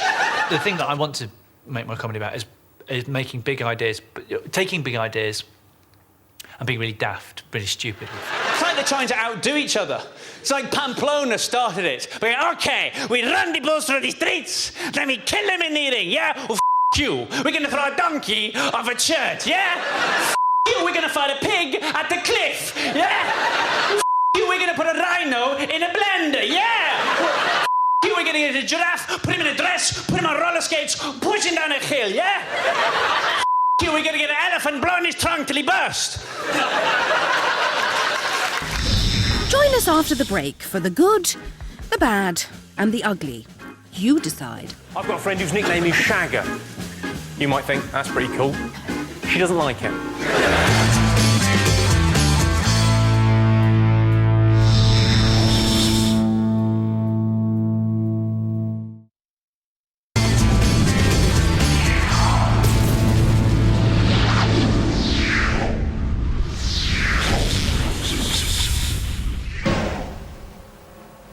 Ladies and gentlemen, it's the Comedians! I think Bernard Manning's a genius. Copper pulled a fellow up in his car. He said, "You know, your wife fell out of the car half a mile back." He said, "Thank God for that. I thought I'd gone deaf." A lot of his material stinks, but his timing is impeccable. Enoch Powell died, knocked on the gates of heaven. And a voice said, "Who that?" Oh, he said, "Forget it." As a star of 70s stand-up show The Comedians and owner of Manchester's legendary comedy club, The Embassy, Bernard Manning was one of the hardest-working and most popular club comics in the country. His peers may admire his comic timing, but he's also the name that has become synonymous with some very dubious material from a very different era. This black fella walked in this pub with a fucking big parrot on his shoulder. And he said, "Where do you get that from?" And the parrot said, "Africa, there's fucking millions of them." I'd made loads of racist remarks and I don't give a fuck. If I stopped, I'd fucking die. And I've never died in my life. Bernard Manning speaking in 2006. We want you in Las Vegas and everything. Unfortunately, he did die the following year, but while he was with us, he played in clubs the length and breadth of the nation. He even played Vegas. I went over America and stormed America. Jewish gags, Japanese gags, all sorts. My old school teacher was Jewish, what they call an unorthodox Jew. He was a Nazi. Just been on the news, Israel's declared war on Egypt and the Italians have surrendered just in case. Come and sing us again.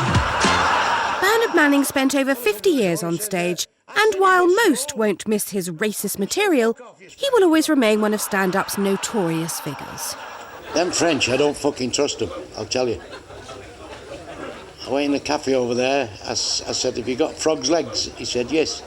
I said, "Up in the kitchen and get us a fucking ham sandwich."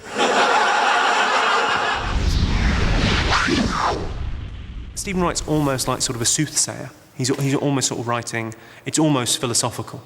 When I was little in our backyard, we had a quicksand box. I was an only child, eventually. Stephen Wright is a man with a very different way of looking at the world.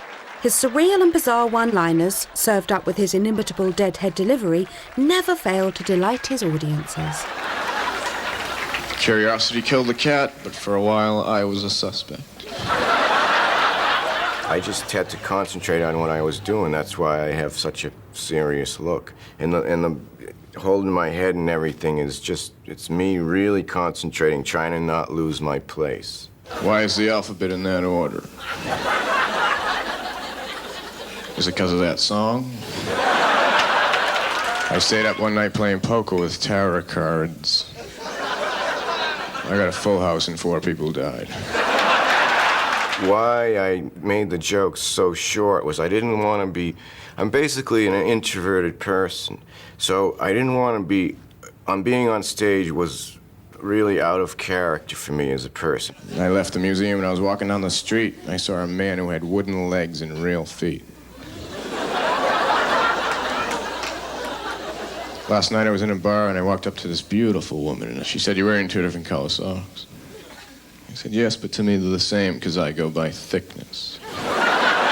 For me, the fewest amount of words to convey the concept of the joke is the best. I have a 3-year-old dog and named him Stay.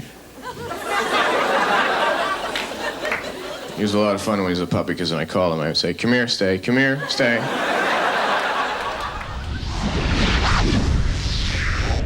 I will say many things in the course of tonight's show that you will not agree with. I will say, for example, people who fly short haul should be ASBO. Arguing that the dissolution of the corporations is the sine qua non of democracy. And that the First World War should be taught in our schools. For the invasion of Iraq, it was. Recognise this man? He is one of the few remaining British comedians to combine both stand-up with political activism. It's all a very long way from this. In 1993, Rob Newman was one half of the most popular comedy duo in Britain. Stand-up comedy had been dubbed the new rock and roll, and Newman and Baddiel became the first comedians ever to sell out the 12,000-seater Wembley Arena. In an ever-changing career, Rob Newman started off as an impressionist before performing on the Mary Whitehouse Experience with David Baddiel, Hugh Dennis and Steve Punt. Yeah, I recently just split up with my girlfriend and I still don't understand what it's all about, because I asked her why and she said, "You are completely immature, period." And I said, period. Newman and Baddiel went on to write more series together, but the Wembley shows were a turning point in Rob's career. When he did Wembley, I think something, hit the back of Rob's head. I don't mean quite literally, but I think there was a ping where he just went, "This isn't comedy." And Rob's gone on this weird journey where he's totally kind of immersed in politics. Rob's career's been a kind of struggle through a succession of different identities that probably weren't him. And what's brilliant now is he's finally settled on one that is him. I was in North Carolina, and the guy next door said to me, "I'll tell you this much about the United States, we are sure bringing about world unity. Because the one thing unites the entire planet, hatred of us. It's like y'all became one big nation called the rest of the world." And I said to him, "Well, actually, we did. In fact, we've even got our own flag." He went, "Oh, yeah? What is it?" I said, "Same as yours, but on fire." Rob's nothing by halves, I used to hang out with Rob a lot, but now that he goes everywhere on a bicycle, he'll come up to you and you go, "Oh, hi, Rob, how are things?" "You still got your car?" As if because he's on a fucking bicycle, everyone has to be on a bicycle. Move to China, you fucking...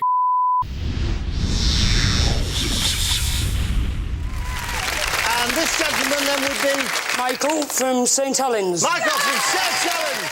All comedians have to start somewhere, and this trainee priest-turned-potter made his TV debut on a daytime quiz show. You also have a bit of a sideline. Well, I've been trying to break into the world of comedy, Bob. No wonder he's so funny! So you don't use your real name? No, I don't. Stage name, which is? Johnny Vegas. Hey, what about that? Johnny A few years on, and Johnny is the most famous, beer-swilling, husky-voiced, 18-stone of idiot to ever grace the stage. You know the song, "I Saw Mummy Kissing Santa Claus"?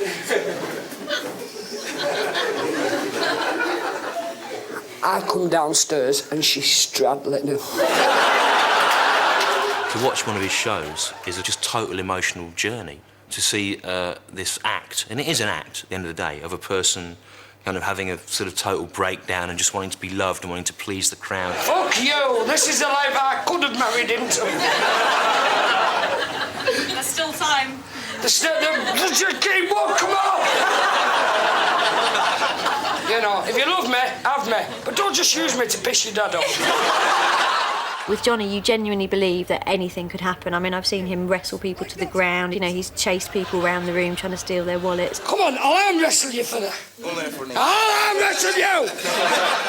Immediately, his attitude is, you must know that if you say something to me, I'm going to climb over these tables and sit in front of you, and it's going to become personal. Sometimes when you go and see Johnny, you go, oh, I hope he doesn't kill anyone in the crowd. Your mother hates you. Your mother hates me. Well, I left without saying goodbye.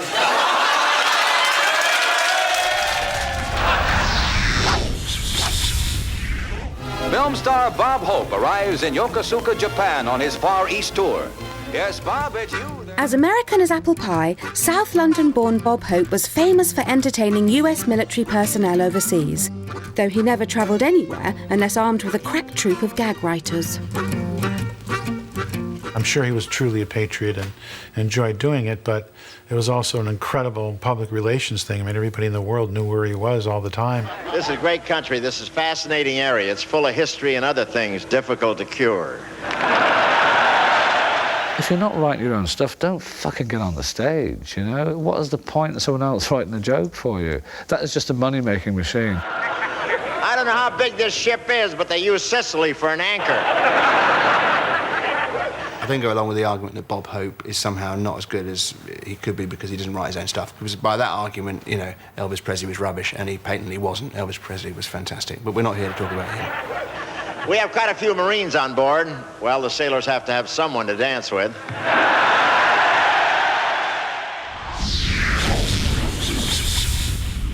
When our next stand-up made a drunken bet with his friend, not only did it turn into a hit comedy show, it also led to the creation of a whole new comedy genre. Hello, my name is Dave Gorman. Documentary comedy was a phrase coined by a journalist in the Times to describe what I was doing. For the last few months, myself, my flatmate Danny, his video camera and my credit card have been trying to find, meet, shake the hand of and photograph everyone we can called Dave Gorman. I wouldn't claim to have invented a genre. But at the same time, I have to admit that when a journalist writes, he has created a whole new genre, there's a little part of me goes, thank you. Our first Dave Gorman lives in East Fife. Hello, my name's Dave Gorman. He told us about his son, who's also called Dave Gorman. Hello, my name is David Gorman. From there, we went back down to London, managed to meet this man. Hello. We've even been to France.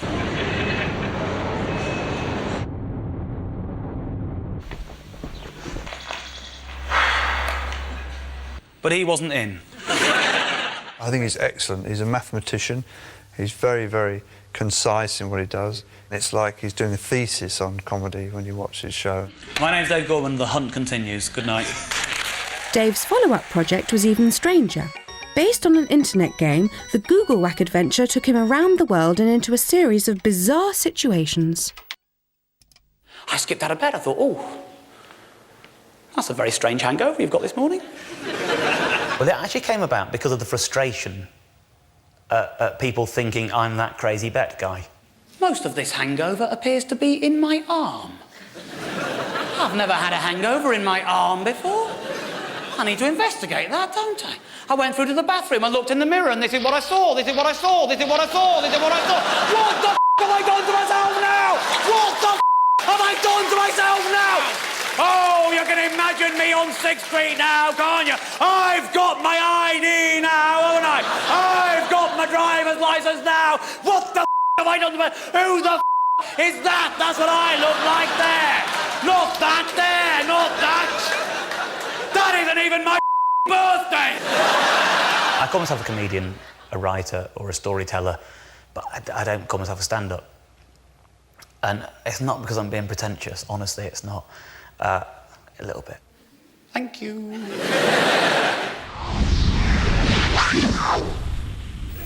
At number 45, the stand-up comedian for the loaded generation, Frank Skinner. If I'm having sex face to face with a woman, I will put on a bit of a show, you know. For morale more than anything else. I'll be there going...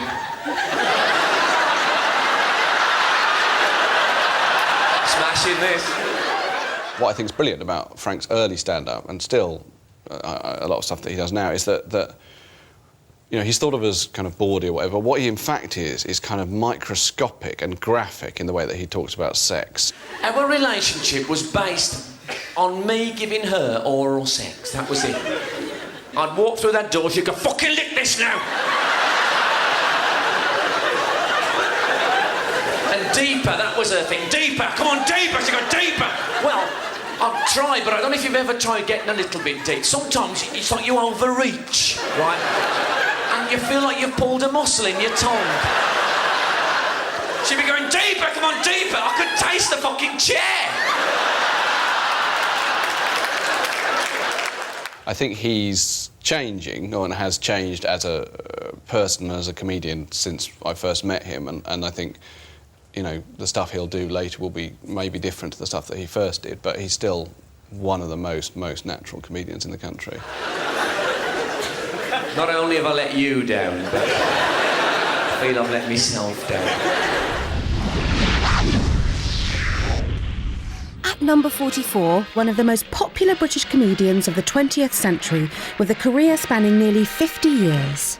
Ladies and gentlemen, welcome to Sunday night at the London Palladium. Tommy Trinder in his day were the best. Marvellous how time flies. Only today I realised, you know, it's my wedding anniversary. 10 years ago today I said I do. Yes, I do. Wasn't until today I realised what I do means. I do the washing, I do the housework, I do the cleaning. You get these computerised, multi-billion-dollar charities who send you computerised mail-outs into your house to scare the life out of you. This bloke's had no dinner for a month, Alan. I'm sorry, I didn't know I was cooking for him, I'm sorry. I never got a roster on it, I don't know. The Red Cross asked me for £15.62. This will buy 5 blood bags in the Sudan. Doesn't even divide by 5.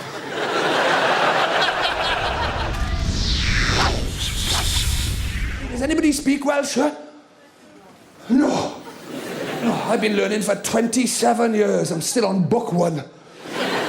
A newcomer to our list and a latecomer to comedy, Rod Gilbert didn't even start doing stand-up until he was 34. Dog and buggered, I love it. I was 27 the first time I ever saw a comedy show. Never seen a video as it was then. I'd never seen stand-up on television or on video, live, nothing at all. Always thinking, my brother. He was very much the brains of the family, you know. There was talk of big school, but... Started off very, very deadpan and slow and surreal, and now I'm kind of this furious, ranting, raving mentalist. You've been to Ebbw Vale, it's rough as shit. If you don't know it, you might have seen it. It's where they filmed Ross Kemp in Afghanistan. Have you seen that? You know, it's the little things in my life that drive me insane, that keep me awake at night, and those are the things that end up with me writing them down in the middle of the night, and they end up as a vein-popping, you know, eye-bulging, blood-boiling rant on stage. I can't bear it. I can't bear all this twee little customer services, but everybody pretending they care. Your manager is Mark Rob. I'm stopping for a shit. I don't need to meet the staff. If you'd told me 8 years ago that I would be on Channel 400 Greatest Stand-Ups Ever, there's no way I would have believed that in a million years. These toilets will be cleaned again in 26. A big countdown clock for Have you ever found yourself driving down the M6 thinking, come on, love, put your foot down, they'll be doing the bogs in nuts foot about now? To be making a living from turning up and being yourself is, you can't really get any better than that. The countdown clock is Knutsford toilets, not Cape Canaveral. You know. Nobody's going into space, are they? I've had some good clear-outs in there, but I've never achieved weightlessness, have you? Stay with us for more groundbreaking comedy after the break. It's black people, there's niggas. The niggas have got to go.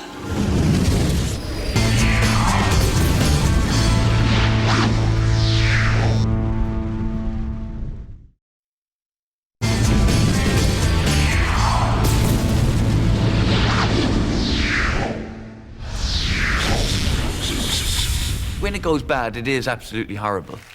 But when it goes well, then, you know, all the spoils and all the credit is yours. Remember that song, Ironic? Remember that one? Isn't it ironic? No, it's not. Ask me another. She kept naming all these things in the song that were supposed to be ironic, and none of them were. They were all just unfortunate. I think when he did the thing, going through the words of the Alanis Morissette song, every comic just went, oh, God, why didn't I think of that? The only ironic thing about that song is that it's called Ironic and it's written by a woman who doesn't know what irony is. That's quite ironic when you think about it. Because you look at some of the lyrics, like a traffic jam when you're already late. That's not ironic, that's just a pain in the hole, isn't that? When was the last time you were late for something, got stuck in a traffic jam and thought, ooh, look at the irony on this, eh? Here's irony for you. I tell you, I was in a fierce ironic traffic jam the other day, I'm not joking. Oh, the irony was 90. No, there's nothing ironic about being stuck in a traffic jam when you're late for something. Oh, unless you're a town planner.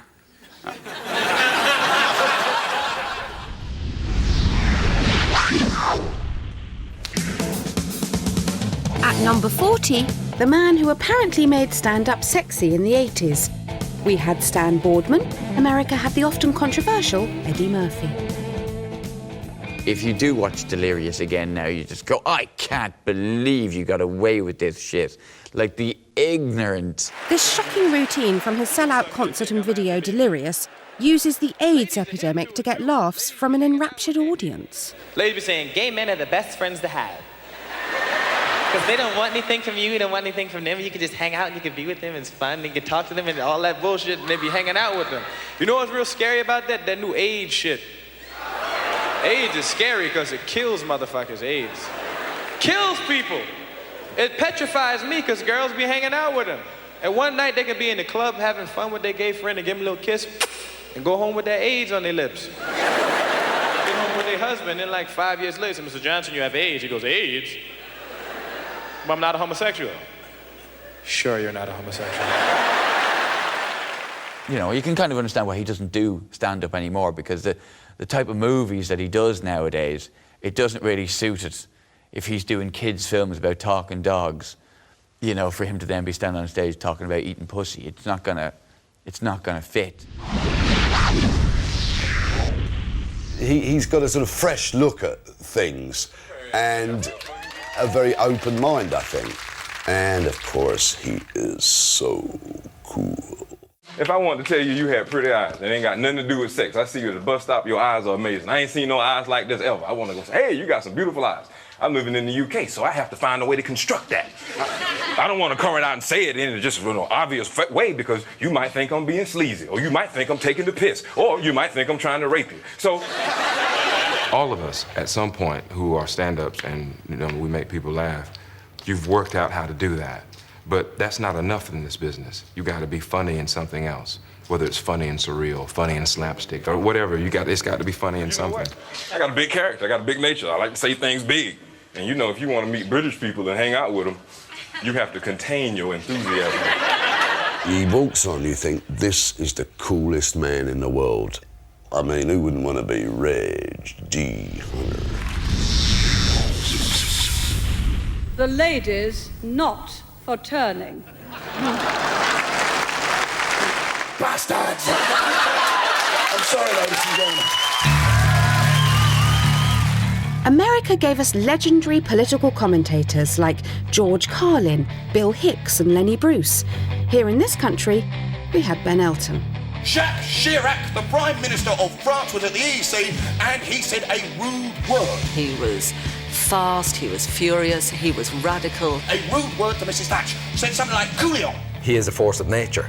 And I think that's what comes across in his live stuff. Coolio. Now, we have had it translated and we can't tell you what it is because it's rude. It's an incredible array of ideas performed with phenomenal conviction. All we can say is they normally come in pairs. Mrs. Thatch doesn't have any, but she's got the country by them. That's all we can say. Ben Elton first appeared on our screens on the Oxford Roadshow in 1981. I do it for love, right? Love of being paid. My name's Ben Elton. Good night. But he became a household name when he compared Channel 4's cult stand-up show, Saturday Live.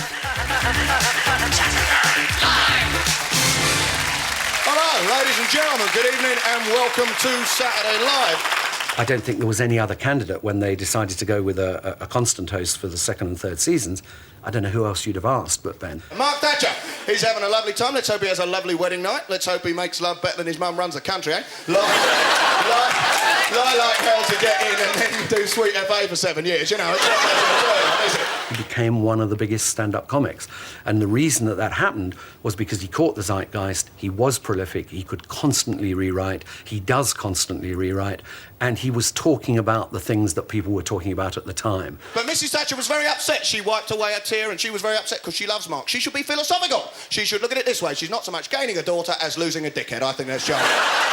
The most important thing to have is sincerity, and if you can fake that, you've got it made. Well, Ben Elton had it made. He was this arch political comedian, you know, boycott his sanctions for South Africa and all that kind of business, and then he writes a musical about Queen, who famously played Sun City.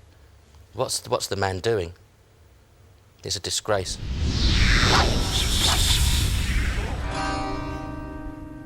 Hello, darkness, my old friend.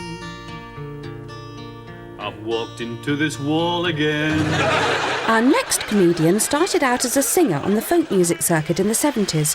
But despite nearly 30 years of mainstream popularity, back then he was a pioneer of observational stand-up comedy. When the nutter gets on the bus, does the nutter sit next to you? The nutter always sits next to me. When Jasper Carrott started on TV, he was seen as very kind of new and different kind of comic. Eh? Has anyone seen my camel?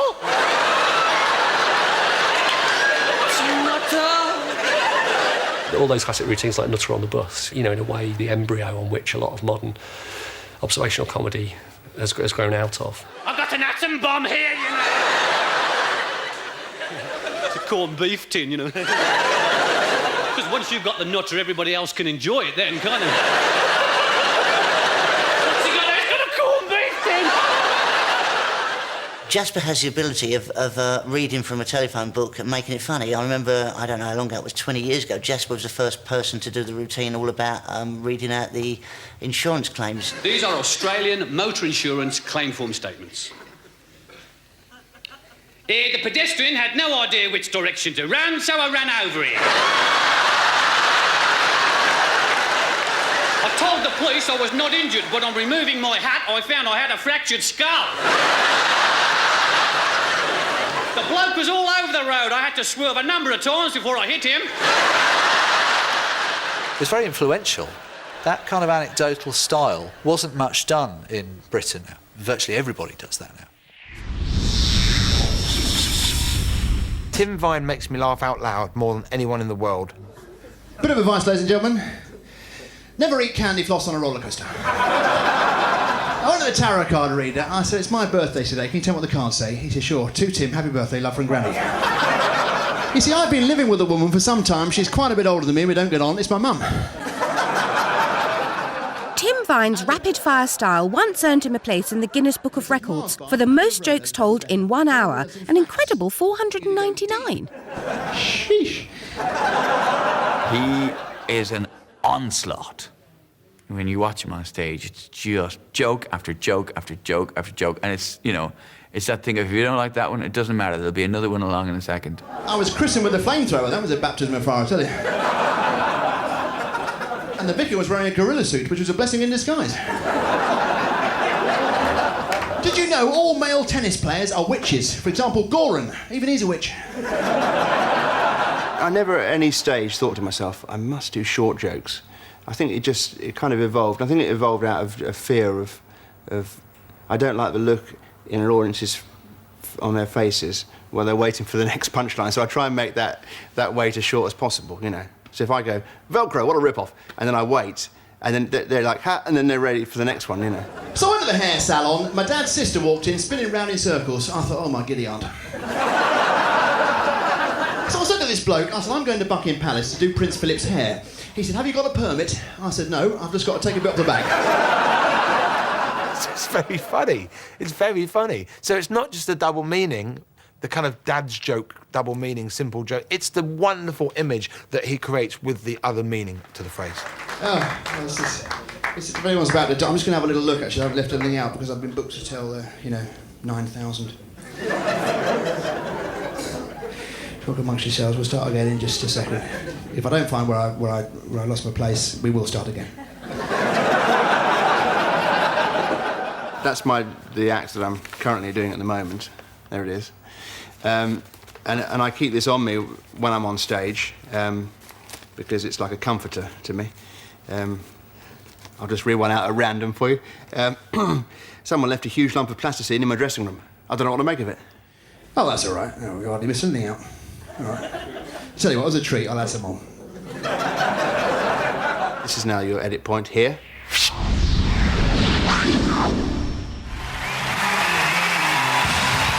At number 35, the baby-faced new boy on the comedy block, Russell Howard. He's a bloke. He's the boy next door, but he's actually quite clever. I really wish I could stick to the script, you know, next joke, tell it, laugh. Next, I get too giddy, my brain's like, pick me, pick me. Like, oh, you're very pretty. Are you doing stand-up? Are you? And then, pow! Young person's body, and I suppose that means he can relate to everyone. Mums and dads will like what he's saying, whereas young people feel like he's talking to them too. So after the break, as we plumb new depths in the name of comedy.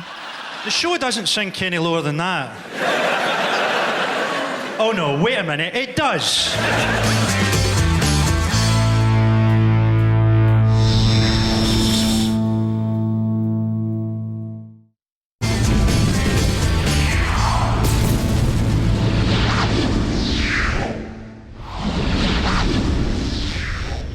Welcome back.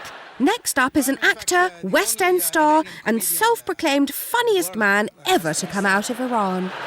I'm very embarrassed. My government, just 2 weeks ago, they renewed the fatwa on Salman Rushdie. I'm very embarrassed, and I've been asked to say on behalf of all Iranian dyslexics, we want to apologize for the death of Willie Rushton.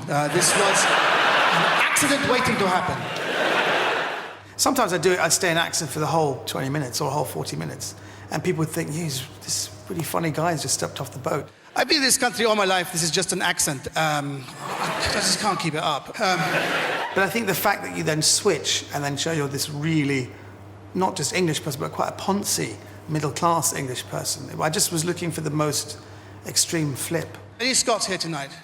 I love the Scots really take me for who I am. Whenever I do the Edinburgh Festival, people come up to me and go, this is see you, man. See you, mate. Oh, it's great to see you. I think you're brilliant. I think it's great to see Packies doing comedy, man, right? Because you're a Packie, I'm not. Doesn't matter, man. I feel such unity.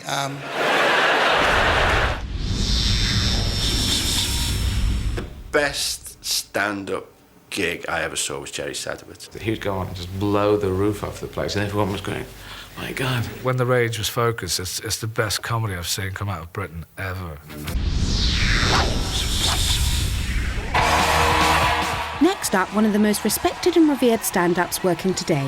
While critics compare him to Billy Connolly and Bill Hicks, an easier category to put him in is his own, Tommy Tiernan. I would be, like most Irish people, interested in church, alcohol, family, sex, children, and devilment. I know there was a Jesus the man.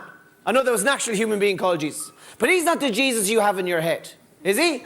No. The actual Jesus, if you think of the part of the world where he lived in and the average height of men in those days, Danny DeVito, right? That's what you're talking about, a small little tanned kind of a... My impulse is to make people laugh, and no, you know, who knows where it comes from or anything like that, but that's how I feel liked, if I can get people laughing. He's not the Jesus you have in your head, though, is he? No, you've an 8-foot-tall BG Jesus.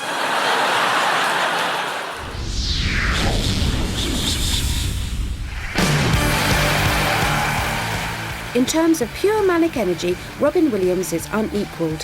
He jumps in and out of characters at breakneck speed and is acknowledged as being one of the best improvisers in the business. Robin Williams' gift was he was faster than anyone, off the top of his head. Just fast. Now, there must be some sport where they don't do drugs. I mean, they're not golfers on cocaine sitting at the first tee going, 4, 5, get it out of here! I can't take it! Little golf cart, too slow, I'm running! And you couldn't be paranoid in a sand trap going, I'm never getting out of here alive, man! Everything I do, I know before I go out. I don't think of anything when I'm out there. But he's like fast, smart, just amazing. The commentator, he seems to be having problems on the third tee. Why are you talking so low, man?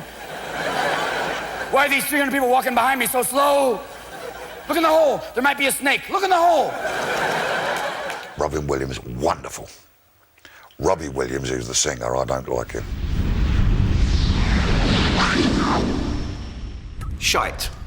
There's not a fucking word that would describe Joe Brand to me. The unattractive, fucking awful, unfunny, lefty fat cow. The fact that he's being so horrible about me and other people obviously means he's very threatened by us, and that makes me really happy. Whether you love or hate her, or even if you want to sit on the fence like Jim Davidson, Joe Brand has been one of Britain's most outstanding comedians of the last 20 years. The tabloids like to create a sort of caricature, and it suited them at the time to say that I was a man-hating lesbian. Now, what I was saying before about long-term sex, you know, it does get boring, and I think a lot of couples, after a few years, it's just like a bit of that, innit, on a Friday night after the bill, because can't be bothered. And lots of blokes I know say that women are actually very bad at doing that because they do it too hard and it hurts. We know, that's why we do it. Because of my size and the way I look generally, what was going to happen when I got on was I would be heckled pretty much straight away. In fact, even before I got on a lot of the time. So I just thought, well, if I have a go at myself, perhaps that'll sort of soften the audience's attitude towards me a bit. And you know, when I was at college, I was a very big drinker, and I'd have nights when I get so pissed, right, that I couldn't remember what I'd done the night before. And I'd wake up on the bus the next morning with one shoe on, no knickers, and carpet burns all over my chin. Where the bloke had tried to drag me out of his flat, obviously, but... I think there's genuine sort of affection for Jo. Whenever I've seen her, the audience genuinely sort of this rush of affection.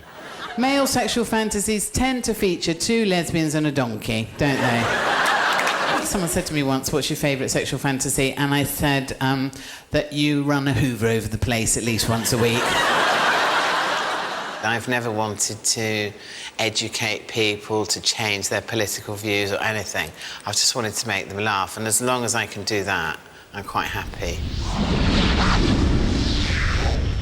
You would happily punch each and every one of us in the face. When he opens his mouth, it's like there's tension. It's like, what is he going to say? He could not have been better named unless he was called Frankie. You may have to bleep that.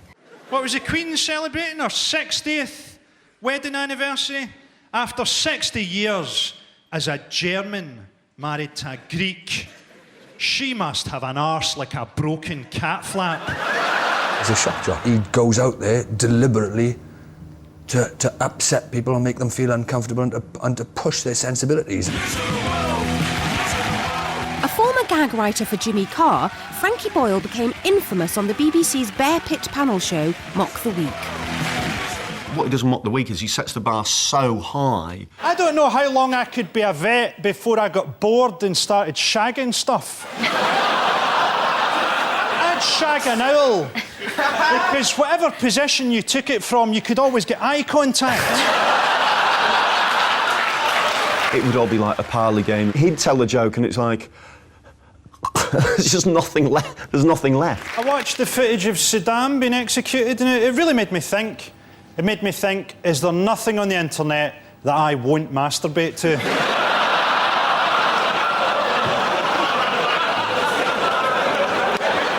He's left Mock the Week now. I doubt if there's anybody out there going, ooh, I wouldn't mind that job.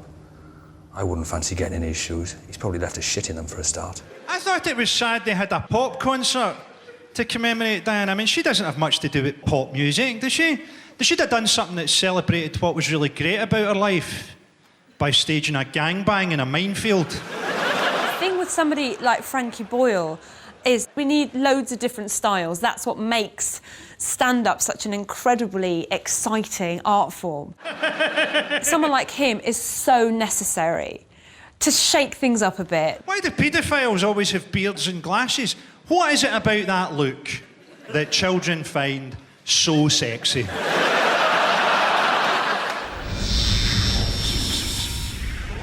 One of my favorite comedians is George Carlin. He, growing up and still now. So this next piece of material, like most good ideas, is fairly simple. It's just a list of people who ought to be killed.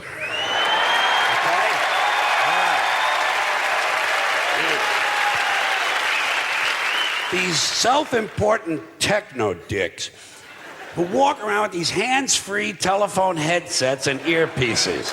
Mr. Self-Important doesn't want to be too far from the phone in case Henry Kissinger calls. He's got the Dalai Lama on line 2.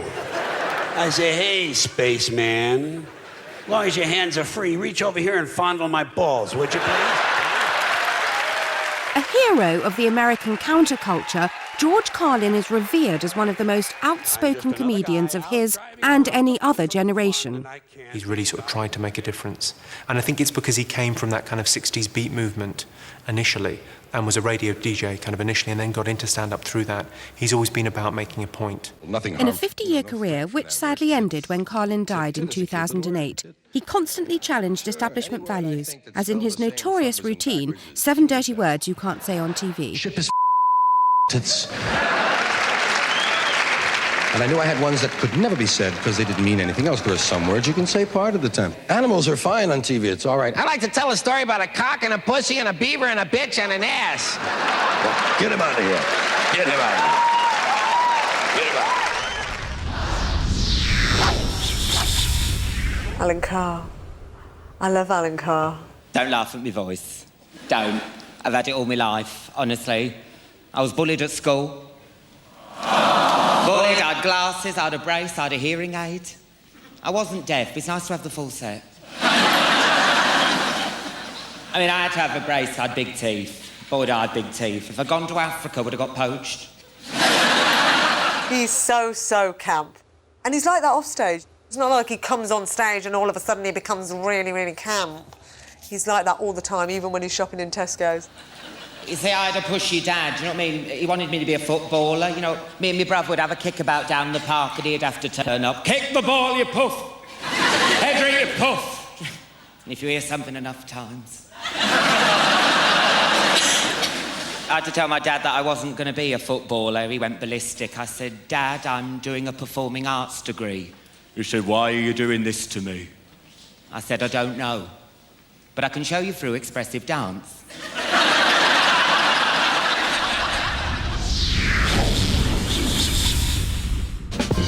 World-weary Jack Dee carved a niche for himself as the granite-faced, grumpy young man of comedy in the 90s. Welcome to Happy Hour. I remember seeing him when he started, he wasn't that great, and then there was a moment where he suddenly found his own comic voice, and it was just by kind of talking about himself and his life and who he was really like. Well, personally, I can't think of anything worse than a machine in the house that makes you think you're somewhere else. You know, what could be actually worse than that? You put the live album on, you're there, you're at the rock festival. What do you do, go and take a piss behind the settee or something? I just think people love hearing someone moaning. Queue for 3/4 now to get a warm can of Coke out your own kitchen, you know? What was it, £2, is it? 2? He's playing a character. He's playing a grumpy person, but when you actually meet him, he's not that grumpy. My dad is obsessed with central heating. But any of you got a dad like that? Or come into the room, walk straight past you, go up to the radio, she goes...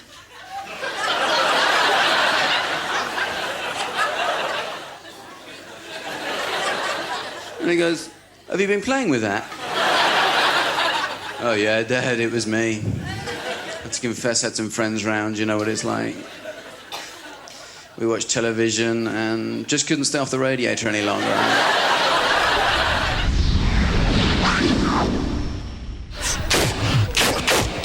Murray shot onto the comedy scene in the early 1990s, his act then consisting of this rather odd sound effects routine.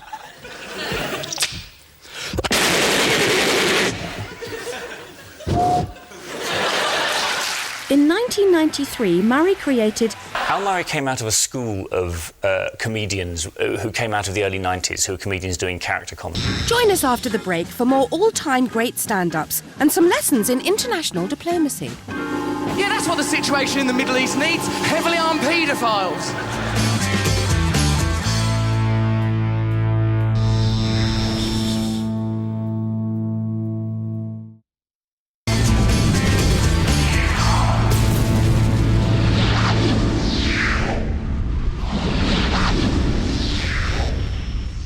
I went to the doctor last week. I said, can I have some sleeping pills for the wife?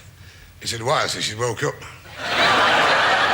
I was very much inspired by Les Dawson. I think the guy is a genius. I've just had some bad news. Tomorrow it's the mother-in-law's funeral. And she's cancelled it. Despite his image as the working-class clown, there was much more to Les Dawson than was immediately apparent. They put Les down because of his association with mother-in-law gags. But Les Dawson was bigger than that.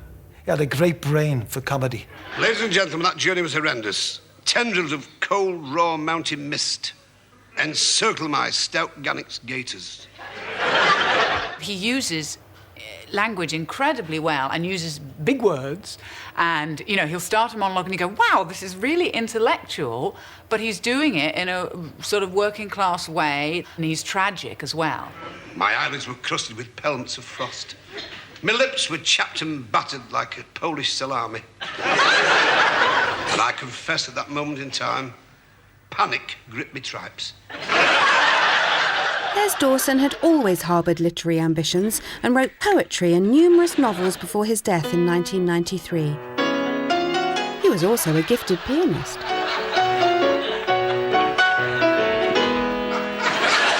And people used to think, well, he gets all the notes wrong. And that made you laugh. But tell you what, he could play a piano properly.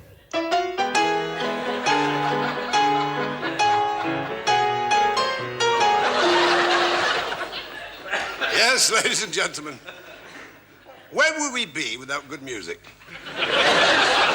Here. He's never really done anything on TV because he's far too good live. He's the best comic of his generation, which sadly is my generation. I did A-level, did three A-levels, and I was having a bit of trouble choosing which ones I was going to take, so I went to my English teacher. I said, Mr. Spinoza, what A-levels do you think I should take? And he said, think of the things you like doing and simply take the subjects involving those. So I'm doing eating, sleeping and wanking at A-level.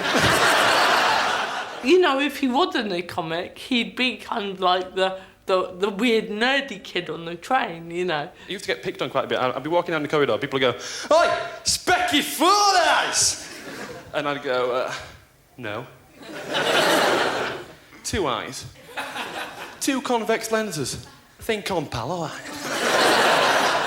I was standing at the back of the Stand, which is a little comedy club in Edinburgh, about 2 years ago, watching Daniel Kitson's Edinburgh show. I was watching it with Mark Thomas. And we both kind of turned to each other at the end, and we were not happy because we had a sense that we should probably give up. Because I felt like that night you sort of saw stand-up get about as good as it ever could. I went through 3 years of speech therapy, right? And the best thing that they could come up with for me was, OK, Daniel, in you come, sit down, here we go. In order... Yeah, laugh it up, bitch. In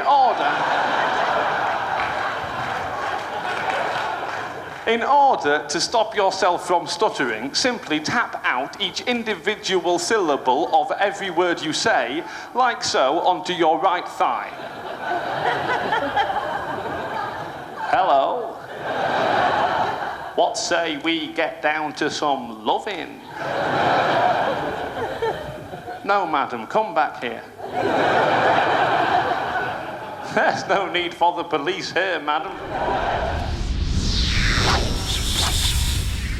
This story it was a story that came out a little while ago, and it was about Well, the story was Ian Huntley is practising witchcraft in his prison cell. Right, I thought, what's the point of that story? I think that I, like most people, made my mind up about Ian Huntley when he killed those children.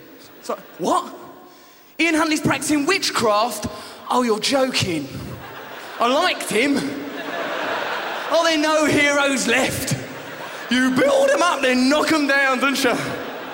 Most of us honest and balanced people find that much of our time is spent earning money so we can pay our taxes to keep people like him in a cushy environment. Honest and balanced, honest and balanced. Would it not serve the country better if he was sent to Iraq to face the bombs and bullets our troops have been facing? Yeah, that's what the situation in the Middle East needs. Heavily armed paedophiles. We've not done enough damage to that nation. I'll tell you what, let's get Peter Sutcliffe over there in a tank. Let's get Rose West, get her pissed, dress her up in a nightie and let her wander around Basra with some anthrax, like Ophelia. Are they still not cooperating with democracy? Dig up Jack the Ripper.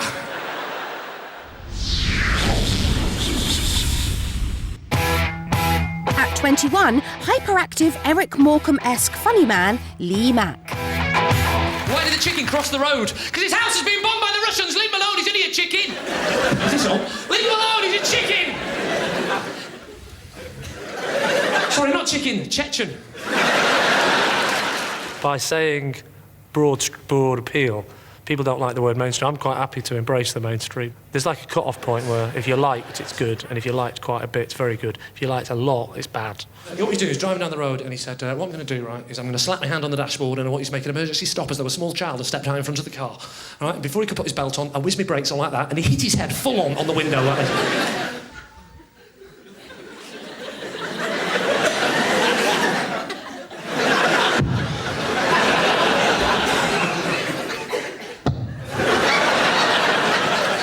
And he turned around and he said, why don't you wait till I slap my hand on the dashboard? I said, there's a child's life at stake here. I haven't got time to out of games, have I? I just keep telling jokes, look at me watch, and when the hour and a half's up, I say, I'm off, done my time.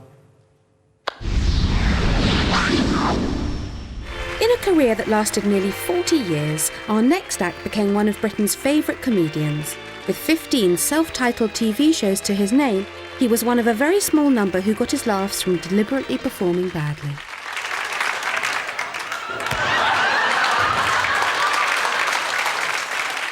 Tommy Cooper was great. Tommy Cooper was unique, if you got the joke. I can always tell when audiences are going to be good or bad. Good night. In America, they didn't get it at all. When he went through all the getting his tricks wrong, the floor manager said to him, Mr. Cooper, the director said, your tricks are not working.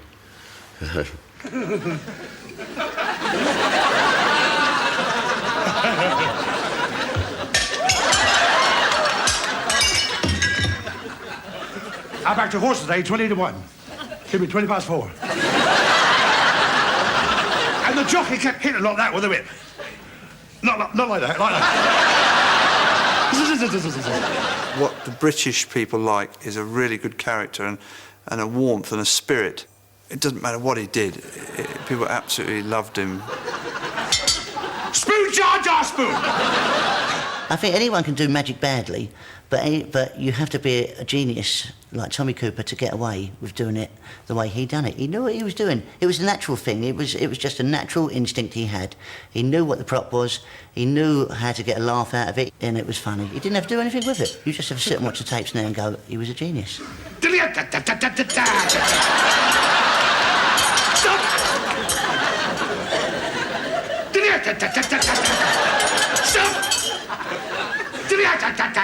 Well, pull it.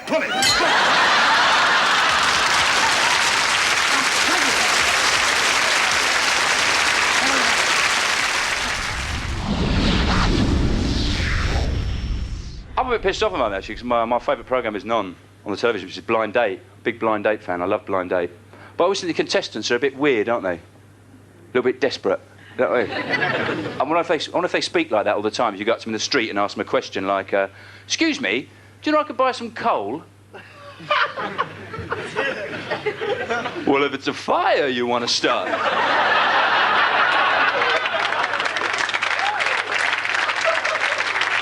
I'll light one in your chimney that's never going to go out, you know, because I'm hot.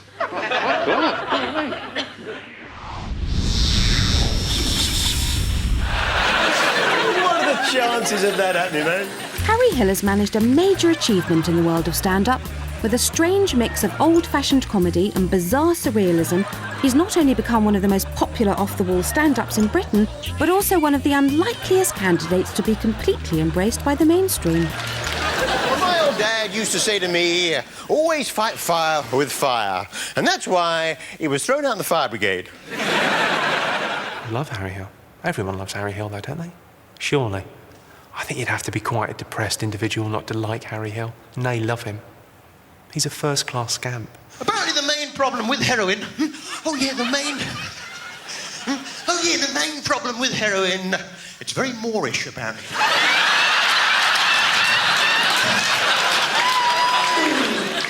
Technically, it's brilliant. And also, he writes really, really good jokes. And he's like a proper entertainer who isn't awful. It's an amazing thing. I think it's quite easy to be really surreal and wacky and crazy and make no sense. He's actually more sensible than that. He's cleverer than that. This morning, there was a traffic warden standing by the car going... I said, look, relax, I'll move it. She said, you relax, it's my day off. And she handed me a beautiful charcoal drawing of my car. Harry Hill moved from practising medicine to full-time comedy when the Best Newcomer Award was created just for him at Edinburgh in 1992. Hey, guys, gals, remember when they allowed calculators in the maths exam? Oh, the excitement. When I first used to see Harry, I didn't get it. Well, I asked my mum for the Casio PF100. Yeah, it's a lovely calculator, I think you'd agree. But once you do, it is an absolute revelation, and it's just like a joy. You just think, I've got it now. But she bought me the Casio PF200, which, as you may know, is an electronic organ. Question 1.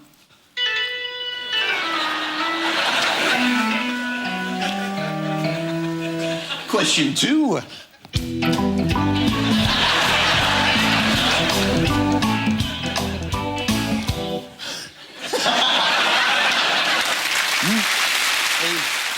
There are people that begin as alternative comedians and have all the intelligence and cleverness and wit that incorporates, but are palatable enough to be a mainstream success as well, and Harry's one of those people.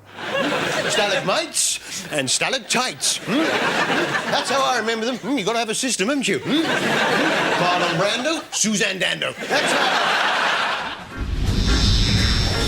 Join us after the break for more comic relief.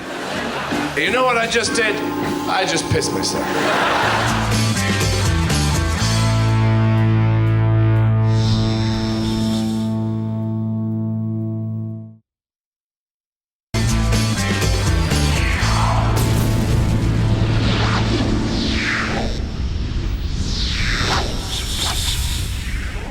You know, he's always like...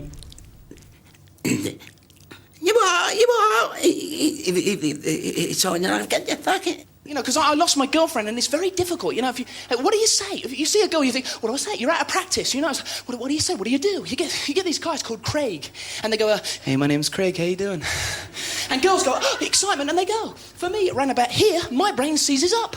It's true. I see a girl, and I think, my name's Lee. Do you want a drink? Do you dance? I mean, At number 23, the physical whirlwind that is Lee Evans. I think Lee Evans is borderline genius. No, it's not fair saying any comic's a genius. No, they've not invented anything. But I think he's the closest thing to pure comedy that you're going to get. He said, don't you? I said, don't you? He said, don't you? I said, don't you? I'm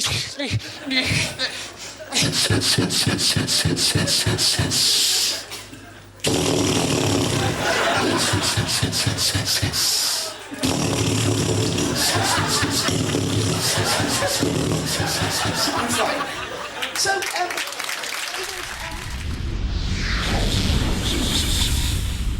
When you get on the Underground in London, right, when you start your journey, take out your mobile phone, right, and set the alarm on it for 15 minutes later, right? Then a quarter of an hour later, you'll be 700 metres below the surface of the city. And your phone will go off. And everyone else in the tube will go, what? his phone works on the underground. At which point you go, how are you? How's yourself? No, you're coming through loud and clear. How are things in Tokyo at the moment, right? The entire train will be going, no, there's no bars at all in this thing. How did you get the reception down here? That's ridiculous. At which point, if you're round about the financial district where all the traders are, twist the knife, because you really loudly go, what? It's fallen how far? I'd buy 250,000 of them now, for God's sake. I'd hate to have missed that, just because I was out of the office.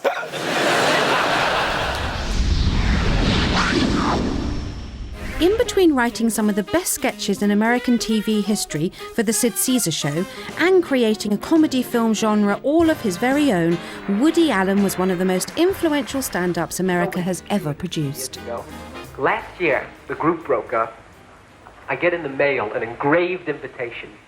Class reunion, the old group analysis group. All the neurotics came back, all the nail-biters and bedwetters. You know, it was a catered affair. Fabulous thing. And in the interim, 2 of the kids in the group had gotten married, and this is adorable, because it's what you'd call a mixed marriage or an intermarriage, in that the girl was paranoid and the boy was schizophrenic. And there was a big conflict about which way they would bring up the children. His take on the world was so definable that he could apply it to anything and make it funny. You know, in terms of the quality of the material, was breaking new ground. I mean, it's hard now to appreciate how new that ground was, it being that personal. This is my album, my record album, and I want you to go into stores and ask for this. And if the dealer doesn't have it, go back at night with a can of black paint and paint a swastika on the store. But the thing about Woody is, he shouldn't really be involved in this list because he hated stand-up comedy. He couldn't wait to get out of it. I taught myself to type by memorizing the keys of a typewriter. First line is Cordy up. Second line is Astaficatical. The third is Zuxfugdum. But they rarely come up in letter writing.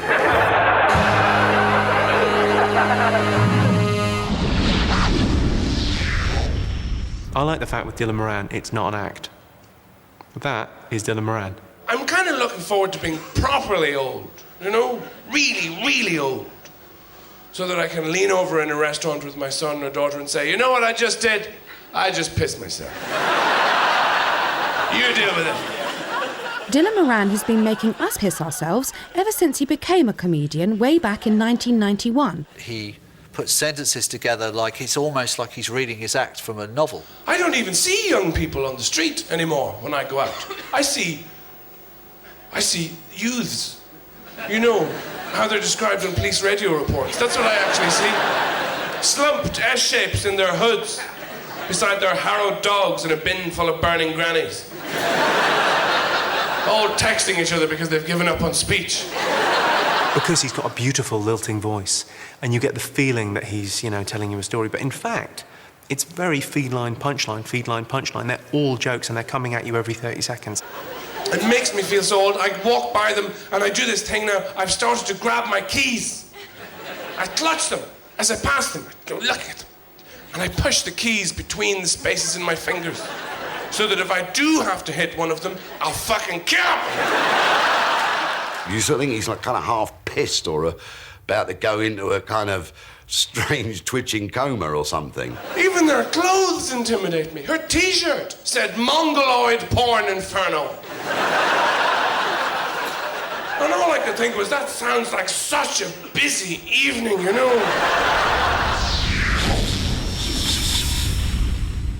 Why get into stand-up? I thought it would be a laugh. And it is. I was asked last November to judge Mr. Gay UK. I said it would be my pleasure. He's against nature and against God, and he's going to hell.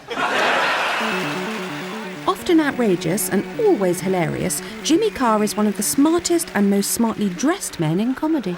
I've got a friend whose nickname is Shagger. You might think, that's pretty cool. She doesn't like it.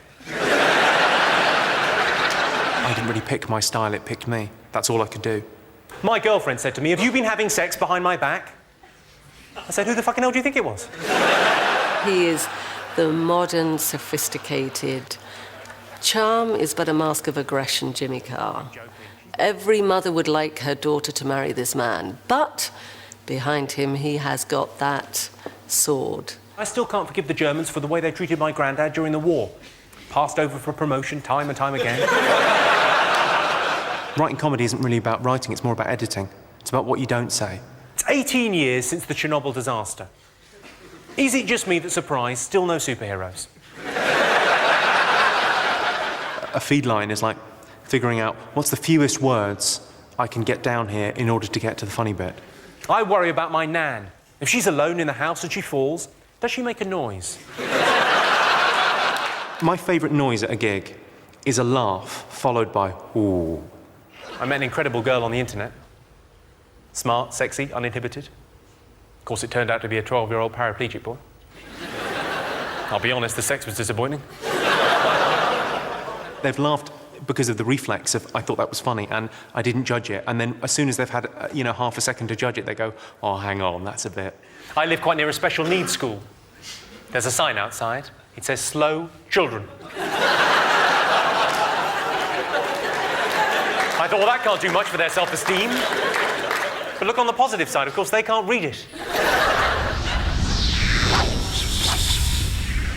He's probably the best stand-up in Britain at the moment. Who's actually working? I think Stuart Lee is sublime at the moment. Stuart Lee is brilliant, full stop. Beginning his career as one half of Lee and Herring, Stuart Lee went on to outrage Christians with Jerry Springer, the opera, while more recently has had enormous success with stand-up tours and his own TV show. It was kind of the same sort of thing as I've always been doing. It's just that in 2000, I'd get reviewed and people would go, here he is again with his long, monotonous sentences, boring. And then suddenly, 4 years later, they're going, hooray, here he is again with his long, monotonous sentences. Genius, 5 stars. So I don't know what happened. Walking around there on the 9th of November, 911, and I went into a little Spanish bar. And on television, there was all this film of buildings on fire and things falling down and people running around screaming. And I said to the barman, where's that? In Spanish, ¿Dónde está? And he said, Nuevo Eureka. And I thought, oh, it's in Colombia or somewhere, it doesn't matter. It'll make you think about a whole host of subjects, so you'll go away, it's sort of enlightened as well as amused. And then I watched for a bit longer Glasgow, and I realised that it was New York, where English-speaking people live. And therefore, a terrible, newsworthy tragedy. The thing about Stuart is you just know that every word that comes out, he's wrestled with, thought about, pondered. If you were to lock an American for 60 years in an empty underground bunker which contained nothing except a woolly tea cosy, the American would not even be curious enough to be tempted to see if the tea cosy would make a serviceable hat. I've got to apologise to you, sorry. Just before I came on, I don't know if anyone saw, I just checked my flies, and then I was aware of a few faces just looking at me like that. I was rubbing myself a little bit like a sex criminal, just in a... Embarrassment doesn't even figure in my existence. What the hell's he doing? Ross Noble is the supreme master of spontaneous freeform comedy. He's revered by his peers who consider him one of the most exciting comedians of our time. Obviously, Ross Noble is wonderfully adept at taking a situation from nowhere and running with it for 20 minutes. He has this supercharged brain that can click into action. Let's take a monkey and attach a Breville to its leg. Oh, how cool would that be? Could you imagine that? A monkey with a Breville leg. Oh, because you could train it to just sit in your house and you could sit there like that and just go, oh, I fancy a bit of a cheese sandwich. Breville monkey!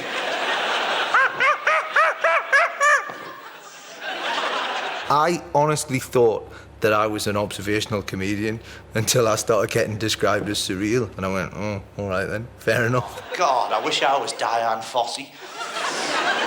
She probably didn't do that when she's gorillas in the mist, you know. She probably wasn't, you know, going, I'll study these monkeys, I'll gain their trust, and then eventually, when they're sleeping, I'll cut their legs off and replace them with Breville's. He is just amazing because he riffs off the audience. I just think it's rude to ignore them, you know. Just the way I am, just, you know, on stage, off stage. I'm just very, very easily distracted. How are you lads there, desperately trying to get to your seat without anyone noticing? Oh, sorry, I said lads, and it's a bloke and a woman. Fantastic. What a great way to start a show that is there. How are you, sir, and your incredibly butch girlfriend? That's what I like doing is hopefully sort of involving them, so, you know, by the time it gets to the end of the show, everyone's kind of leaving going, I wish I'd had that much input. And an excellent fringe, might I add. Well done. You know, because some people have the hair and then like a bit of a fringe, or like, but you've fully committed, haven't you? You've got fringe! There's no kind of gentle kind of, there's no like, a bit of a hairline. Fringe! Really, at first, when you first came in there, I actually thought you were wearing a helmet. Do you know what I mean? Some people describe it as, it's, you know, subverting this and that, and it's stream of consciousness, and you say, ultimately, it's just a bloke dicking about. Hello. I'm looking for my friend. Those of us of a certain age, we tend to think that alternative comedy started in 1980, 79, but there are these funny people that are like prefigured it. Like Victoria Wood. She's got right dangly earrings with sausages on them. When they're not in her ears. Victoria Wood is a phenomenon. Writer, actor, singer and comedian, she has done pretty much everything you possibly can when it comes to comedy. Victoria Wood has that same quality Alan Bennett has, just humdrum life, the profound and mundane in the same sentence, and that's what's so great about her. It's been huge. Everybody in my class was enormous. They had to stop us doing cross-country running because we dented a viaduct going on. So everybody was on a diet the whole time, and we thought that yoghurt made you thin, so we used to eat yoghurt all the time. We used to say, Sandra, if you're going up to town, get us a raspberry yoghurt. If they haven't got raspberry, get something else. She used to come back and say, I couldn't get your raspberry yoghurt. Forgot your meat potato pie. What's really weird about her material is it's not things I'm interested in, like the issues of middle-aged women or cake, but she just has got such a craftsmanship about it. So I'm thinking, now what size am I now? You know, because I wasn't sure, like 16, 18. Look at Vanessa Feltz, she looks about to be the same size as me. She's a size 12, oddly enough. And in Gap, I'm only a size 12 because they're American. In Marks and Spencer's, I'm only a size 3 because they don't want to upset anybody. And in Topshop, my hip set off an alarm as I go through. Victoria Wood is, for my money, the only really successful comedian this nation's seen in this last few years. A funny lady. Let's do it! Let's do it! Anyone to rant and rave? Let's go, cause I know just how I want you to behave. No bleakly, no meekly, beat me on the bottom with a woman's weekly. Let's get it tonight.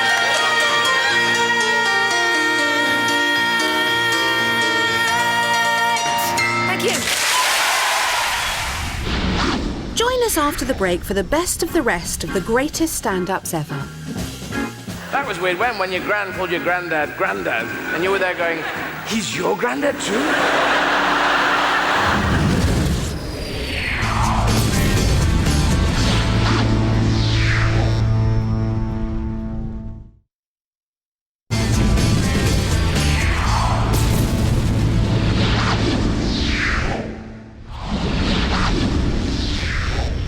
He just wants to make you laugh, and then when you're laughing, he wants to move on to the next subject and make you laugh again. The message is there is no message. It's just funny. The little things of life, the minutiae of life, are ridiculous and funny. It's so popular is because it's universal. The things that he talks about, we all kind of do. Even though he's a jumped-up, posh, middle-class little prick, he hits on the things that we all do, regardless of colour, class, anything. He was the first stand-up comic to really embrace being posh, there'd been other posh comics that I'm posh, it's a little bit embarrassing, I don't want to be posh, please help me, I'm posh. And Mike was like, I'm posh, so what, get over it. And he talked about everyday things with his perspective. Backlash against him, I think that's inevitable. When you do well and create that kind of a buzz and get that kind of success, people will lash out to you. For my money, he is one of the best around. You know, it's like fireworks. They don't do anything, they're just fabulous. What the fuck is up with the police, my God? I'm scared, I ain't getting rid of no guns. Fuck that shit. And I had a cop pull me over the other day, scared me so bad, made me think I stole my own car. I think the greatest stand-up at the moment, kind of the most important stand-up, I would say is the American comedian Chris Rock. Get out the car, get out the fucking car! You stole this car! I'm like, damn, maybe I did. Over the last 15 years, Chris Rock has been the most influential, controversial and funniest stand-up to come out of America. His routines provoking national debate and dividing whole communities. He says what we're all thinking.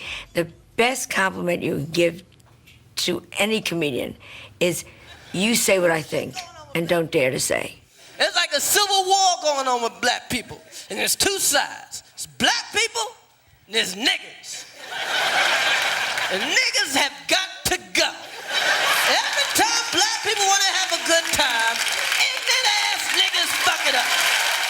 Rock's most controversial work to date is the Emmy Award-winning Niggers vs. Blacks routine from 1996. Attacking sections of the black community, Rock was lauded and lambasted in equal measure. Nah, man. And I see some black people looking at me, man, why you gotta say that? Why you gotta say that? It ain't us, it's the media. Please cut the fucking shit, okay? Okay? Okay? When I go to the money machine tonight, right? I ain't looking on my back for the media. I'm looking for niggas. Thankfully, I think Black America, there's a lot more middle-class blacks now who, you know, are slightly like everyone are slightly ashamed of part of your own culture as well. And for Chris to pinpoint that is, you know, that's kind of been on the zeitgeist of comedy. You know what the worst thing about niggas? Niggas always want some credit for some shit they supposed to do. For some shit they just supposed to do. A nigga will brag about some shit a normal man just does. A nigga will say some shit like, I take care of my kids. You're supposed to, you dumb motherfucker. What you talking about? So I better introduce myself, because there's a few of you thinking, this roadie's a bit up himself, isn't he? He looks funny. You can't help it. Look at the man. So good evening, I am Bill Bailey, 1982 Michael Bolton Stars in Their Eyes regional finalist. Next, Bill Bailey, self-confessed Klingon lookalike and master of meandering surrealist comedy. It's the thing that Python did, where you take a highbrow subject and talk about it in a lowbrow way, or lowbrow subject and talk about it in a highbrow way. Those juxtapositions and status exchanges are great. But it's very difficult when you're in a different country and somebody says to you, what's Britain like? I mean, what do you say? What's Britain like? It's just, you know, we've got nectar points, you know. You have your own little niche, in a way. You carve out your own little world that fans or people that are into your stuff are able to identify with, and I think that that's something which I've made sure I've protected in a way. We have strong prevailing southwesterly winds. 52% of our days are overcast. So as a nation, we're infused with a wistful melancholy. His approach to his comedy actually comes from this sort of Molière philosophical French comedic tradition. And what he does is he slapsticks it with a bit of hippie ethos at the front. And on the upside, we've got little chefs. Which were built many years ago on ley lines, and then the roads just came in and connected them up. Bill Bailey started his career in a musical duo called the Rubber Bishops, and most of their act consisted of pastiche songs. Bandy painted, wobbly clocks that look a bit like fried eggs. You painted funny-looking people with long spindly legs. I just loved the way he arrived. He was a double act, and he went solo, and boom, he just arrived, and all the performers wanted to watch him do his stuff. I'll give you a demonstration of a catastrophic technical failure at the U2 gig, right? As much as it seems like absolute nonsense, he's doing musical parody and introducing big ideas in a completely nonsensical framework, and everybody loves it. What I've done over the years is to kind of highlight sounds, certain sounds or genres that people when they hear them, actually realise, yeah, I know exactly what that is. And it's a kind of, it's a language that people can understand. The BBC news team sounds like someone's of apocalyptic rave. Bill Bailey, live, has to be one of the funniest men in this country. I just think he's a clever, clever man, and he makes me laugh. It comes often out of left field, and I really do rate him. This is the true way! Follow us, not the others! They are the evil ones!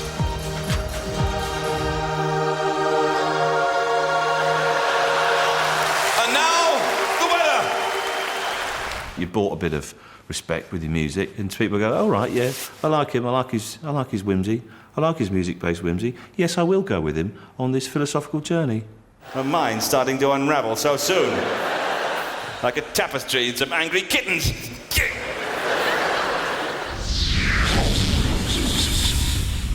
William Shakespeare went into a pub, and landlord said, "Get out, you bad."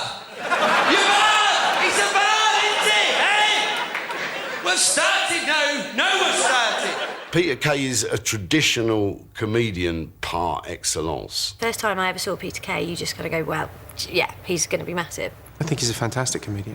I think he's tremendously giving of himself. At number 6, one of the most popular comedians working in Britain today. It's that Bolton boy wonder, Peter Kay. Actor, writer, director, singer, stand-up. He does the bloomin' lot.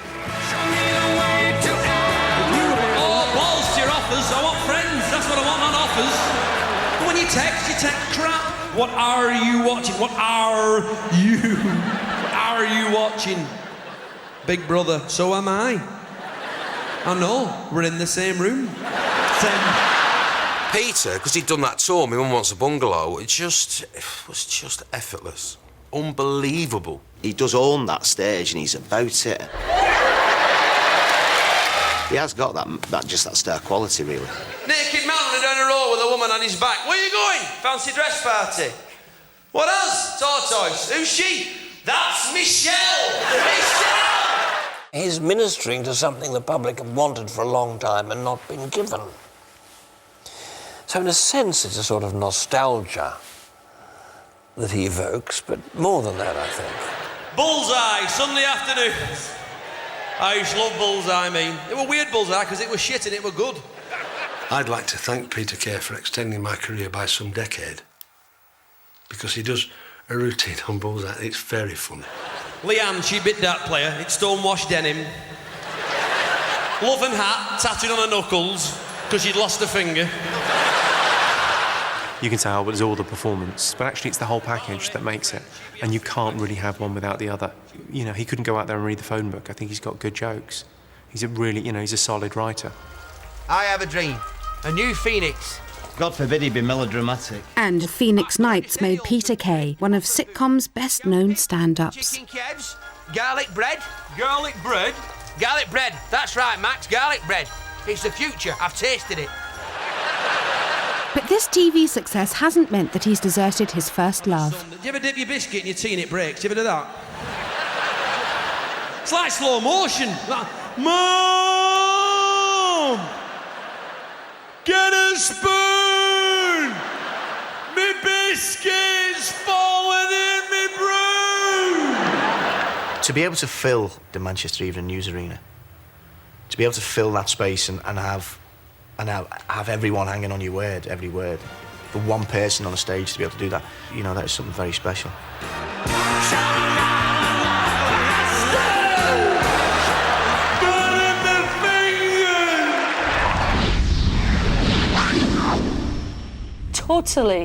Totally original material. He's innovative, he's creative, he's original, and he's worked very hard at his craft.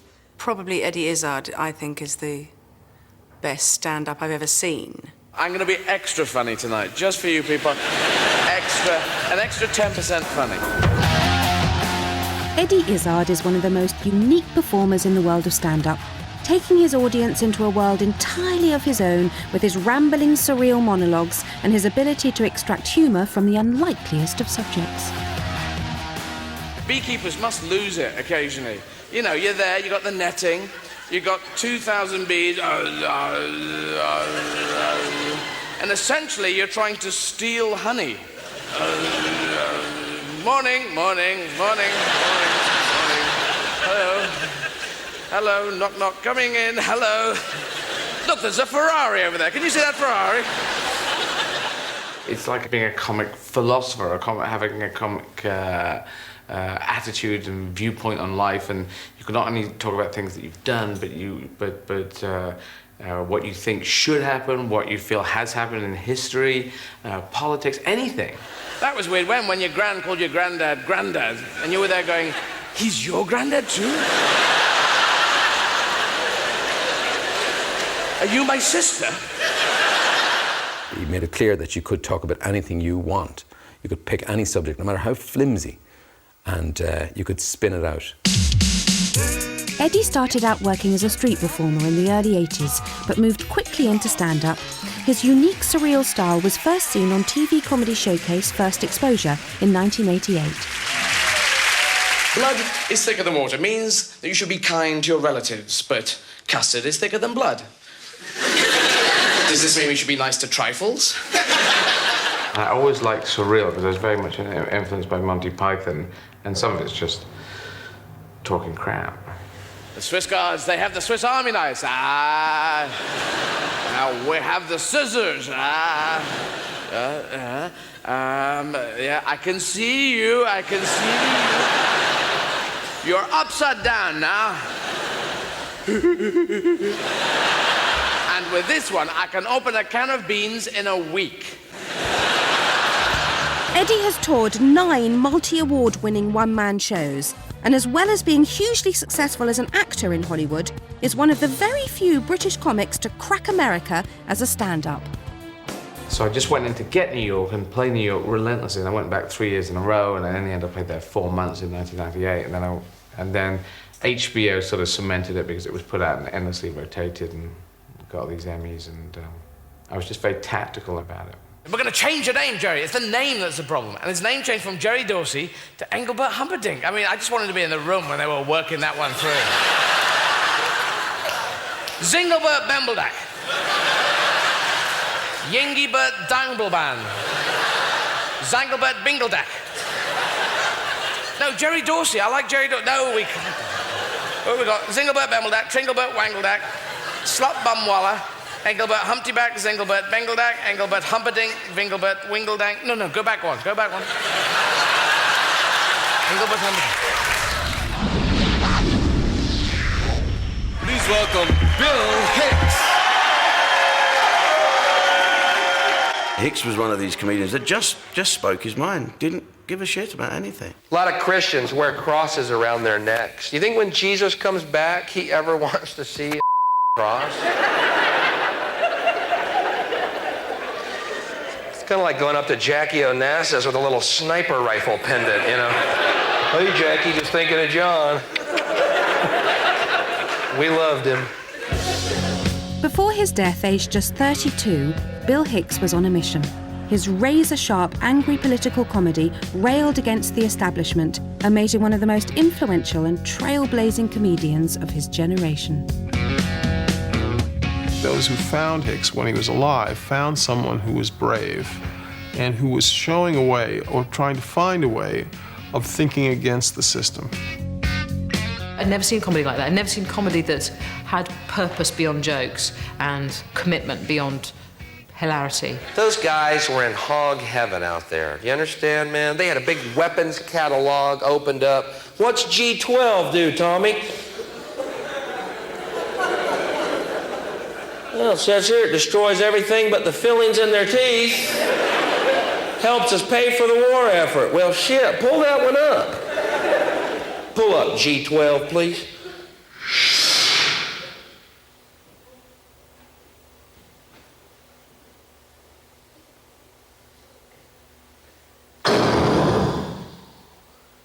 Cool. What's G13 do? One of the things I loved about Bill was that he had this, he was like disappointed in humanity in a way, and, you know, was angry because he wanted it to be better, and would talk about these outrages. Oh, that looks cool. Bill's desire to change America's mindset went beyond simply performing on stage. In 1993, he travelled to Waco, Texas, with his friend Kevin Booth to see firsthand how the authorities handled the disastrous siege of the Branch Davidian compound. Or they have Bible studies and ammunition studies back to back, or they have reloading classes for the children. Just like every home in America.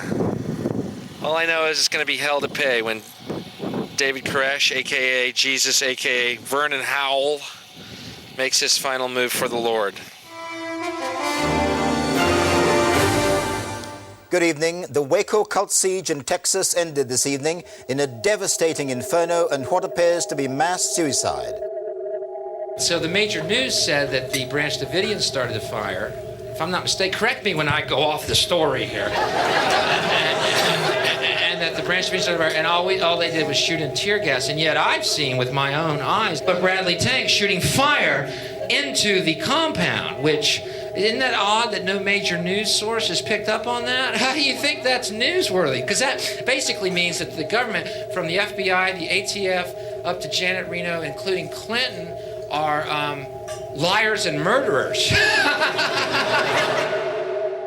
The fact that that horrible thing happened after we were there and we filmed that kind of made it so Bill was very passionate about that, and he started incorporating, you know, the Waco thing into his routine after that and started talking about Waco all the time. And the gist of it was basically, you know, hey, if you don't do what we want you to do, we'll just burn your fucking house down. Fuck them. They are liars and murderers. All governments are liars and murderers. And I am now Jesus. Now. And this is my compound.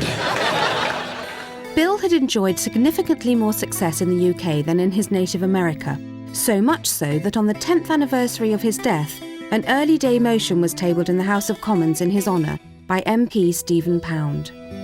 This House notes with sadness the 10th anniversary of the death of Bill Hicks on the 26th of February 1994. Recalls his assertion that his words would be a bullet in the heart of consumerism, capitalism and the American dream, and mourns the passing of one of the few people who may be mentioned as being worthy of inclusion with Lenny Bruce in any list of unflinchingly and painfully honest political philosophers. Hicks is someone that'll just grow and grow through the work he's left now as well. But just seeing Hicks in a small venue, it's pretty much, you can put your finger on, that's what stand-up comedy should be. John Lennon, murdered. John Kennedy, murdered. Martin Luther King, murdered. Gandhi, murdered. Jesus, murdered. Reagan, wounded. You know. Bad fucking choice.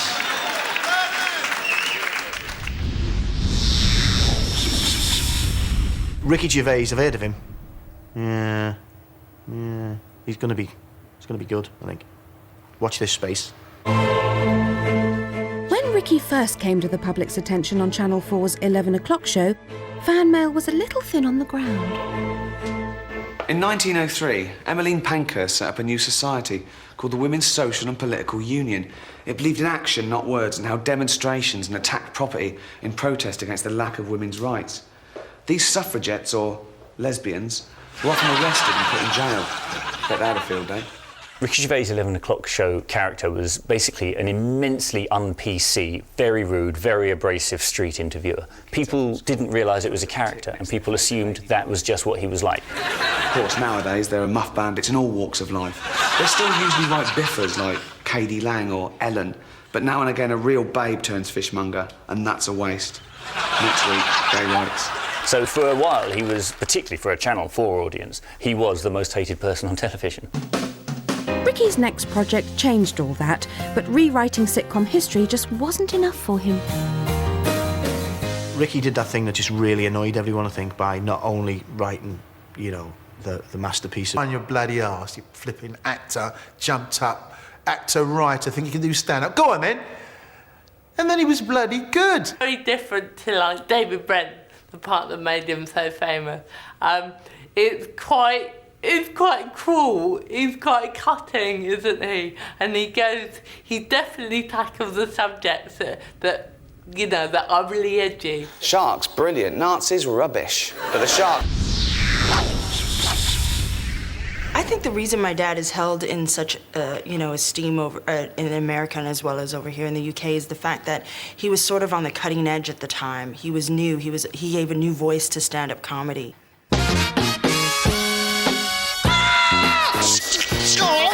Richard Pryor stands alone. Jesus God, take me now, Lord. Yeah, come on, Peckerhead. Richard Pryor at his best is kind of amazing. What? Jesus, sit your ugly ass down. Heavily influenced by Bill Cosby, in the 1960s, Richard Pryor was making his living as a clean-cut stand-up comic. I'm from an average-type family, 11 kids. No mother and father, just kids. When I was young, I used to think my people didn't like me because they used to send me to the store for bread, and then they'd move. You're a Negro. But in what Pryor calls an epiphany moment, all that changed one night in 1967 when he was playing at the Aladdin Casino in Las Vegas. My father literally was on stage and just had a moment where he just said to himself, screw this. He was like, fuck it, and decided that was it and walked off and everyone was mad and you'll never work here again kind of thing. But for him, it was important because he was tired of fitting a mold. Well, this is the fun part for me when the white people come back after intermission and find out niggas done stole their seats. He was a ghetto boy. I mean, that's the truth. He came from the street, and he needed to be talking about that. We were sitting here, weren't we? Yes, we were sitting right there. Well, you ain't sitting here now, motherfucker. Pryor's comedy changed. He began to bare his soul during his performances, talking about his extremely hard upbringing and exposing his pain and vulnerability on stage. I think what the greatest thing is for my father to be able to take, exact moments in life and put them in front of people to see, like the whole shooting up the car. And it seemed fair to kill my car to me, right? Because my wife was gonna leave my ass. I said, not in this motherfucker, you ain't. No, Lord. Then the police came. I went in the house. Because they got magnums too. And they don't kill cars.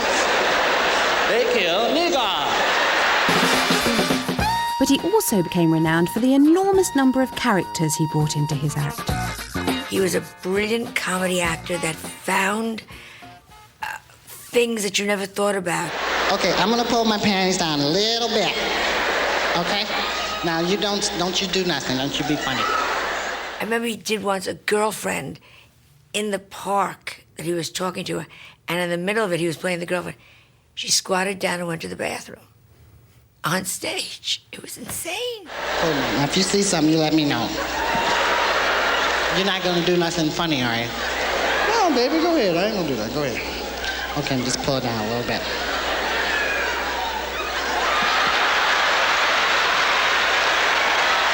I like to wait till they get into it, right? And you go, somebody's coming! The insights that came out of almost every word reflected the most basic truths of human behavior in a way that nobody, I don't think anybody equaled in our time. 99 down and just one to go, so stick around and find out who you have voted the greatest stand-up ever.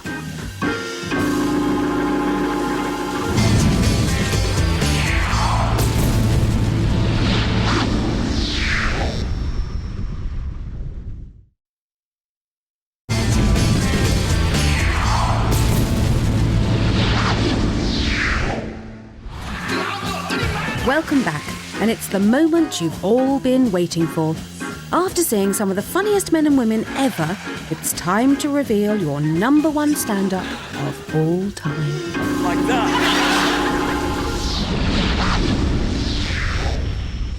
He is astonishingly brilliant. Original, refreshing, covers a subject matter across the board. Really fascinating imagination. Great, distinct delivery. And he sort of led the way. He just went there, and everyone was about 10, 15 years behind. And for the second time of asking, we have a runaway winner. The stand-up you think is the funniest of all time. Ladies and gentlemen, a very special welcome, please, to Billy Connolly. When Billy Connolly made his first appearance on The Parkinson Show in 1975, it was the first time he had been seen by a national audience. His career went stratospheric. Since then, Billy has become Britain's biggest and best-loved comedy export, and his routines have influenced a whole generation of stand-ups. I think all comics that are working owe him kind of a debt. An incredible performer. He just takes the audience by the throat. Get for your person! You person! Get for there! Even if you don't understand a word he's saying, he is funny because he's so primitive. Bart. Oh, Billy, come on, I'm with a girlfriend here. Give us a break. Oh, it's a darling. Billy Connolly's been going for years and years and years and got a massive worldwide audience. He was ahead of the game then and still is now. But wouldn't you like to be sat around having a pint with him every night and him just telling you stories? Not trying to be funny, just being funny. I mean, as far as I'm concerned, like, he's the best that, like, this country has produced, hands down. Connolly is the stand-up master. Connolly was brought up in the tenement blocks of Glasgow, and it was this and his 5-year welding apprenticeship in the shipyards which shaped his comedy. The idea was that you walk straight out of the school gates into the open gates of the shipyard, and that was going to be it. And to find comedy, is brilliant. Billy started out as a folk singer, but his reputation as a comic grew, and by the late 1970s he'd become one of the most popular comedians in Britain. I used to be a folk singer, but I was dreadful. I had a voice like a goose farting in the fog. Cleverer, observational stuff before, it was 10 years before people really caught up with it, I suppose. He can talk about anything. He can talk about walking up the stairs, buying a suitcase. You laugh at it. You laugh at him. It's not a joke. It's everyday life, but you laugh at him. It's a legend. Pretty much invented what we do for a living. Thank you for watching the finest comedians ever to stand up in the name of comedy. And even if you don't agree with who was included or left out or even the order, we hope you've had a good old laugh, because that's what it's all about. Good night. Just vote. Half the people that's voting on there never fucking seen me. How long do you want to go on tour for? What's your business so long? Sooner or later, everybody has to be the same fucking moronic question. Mention some comedians and I'll tell you what I think of them. Bernard Manning. Freddie Starr. Prick. Jasper Carrot. Wanker. Roy Chubby Brown. Nice bloke. No, I just want to get... What the kind of... It's a fucking obnoxious question. How long are you keep touring? Do you know, Omid Jalili? Is that real? Are you making up people now? Hitler came back with 10 good minutes. We'd stop and say, hear him out. He's got some good knock-knock jokes. And I resent it. And I wish you keep this part of the show. This will be interesting.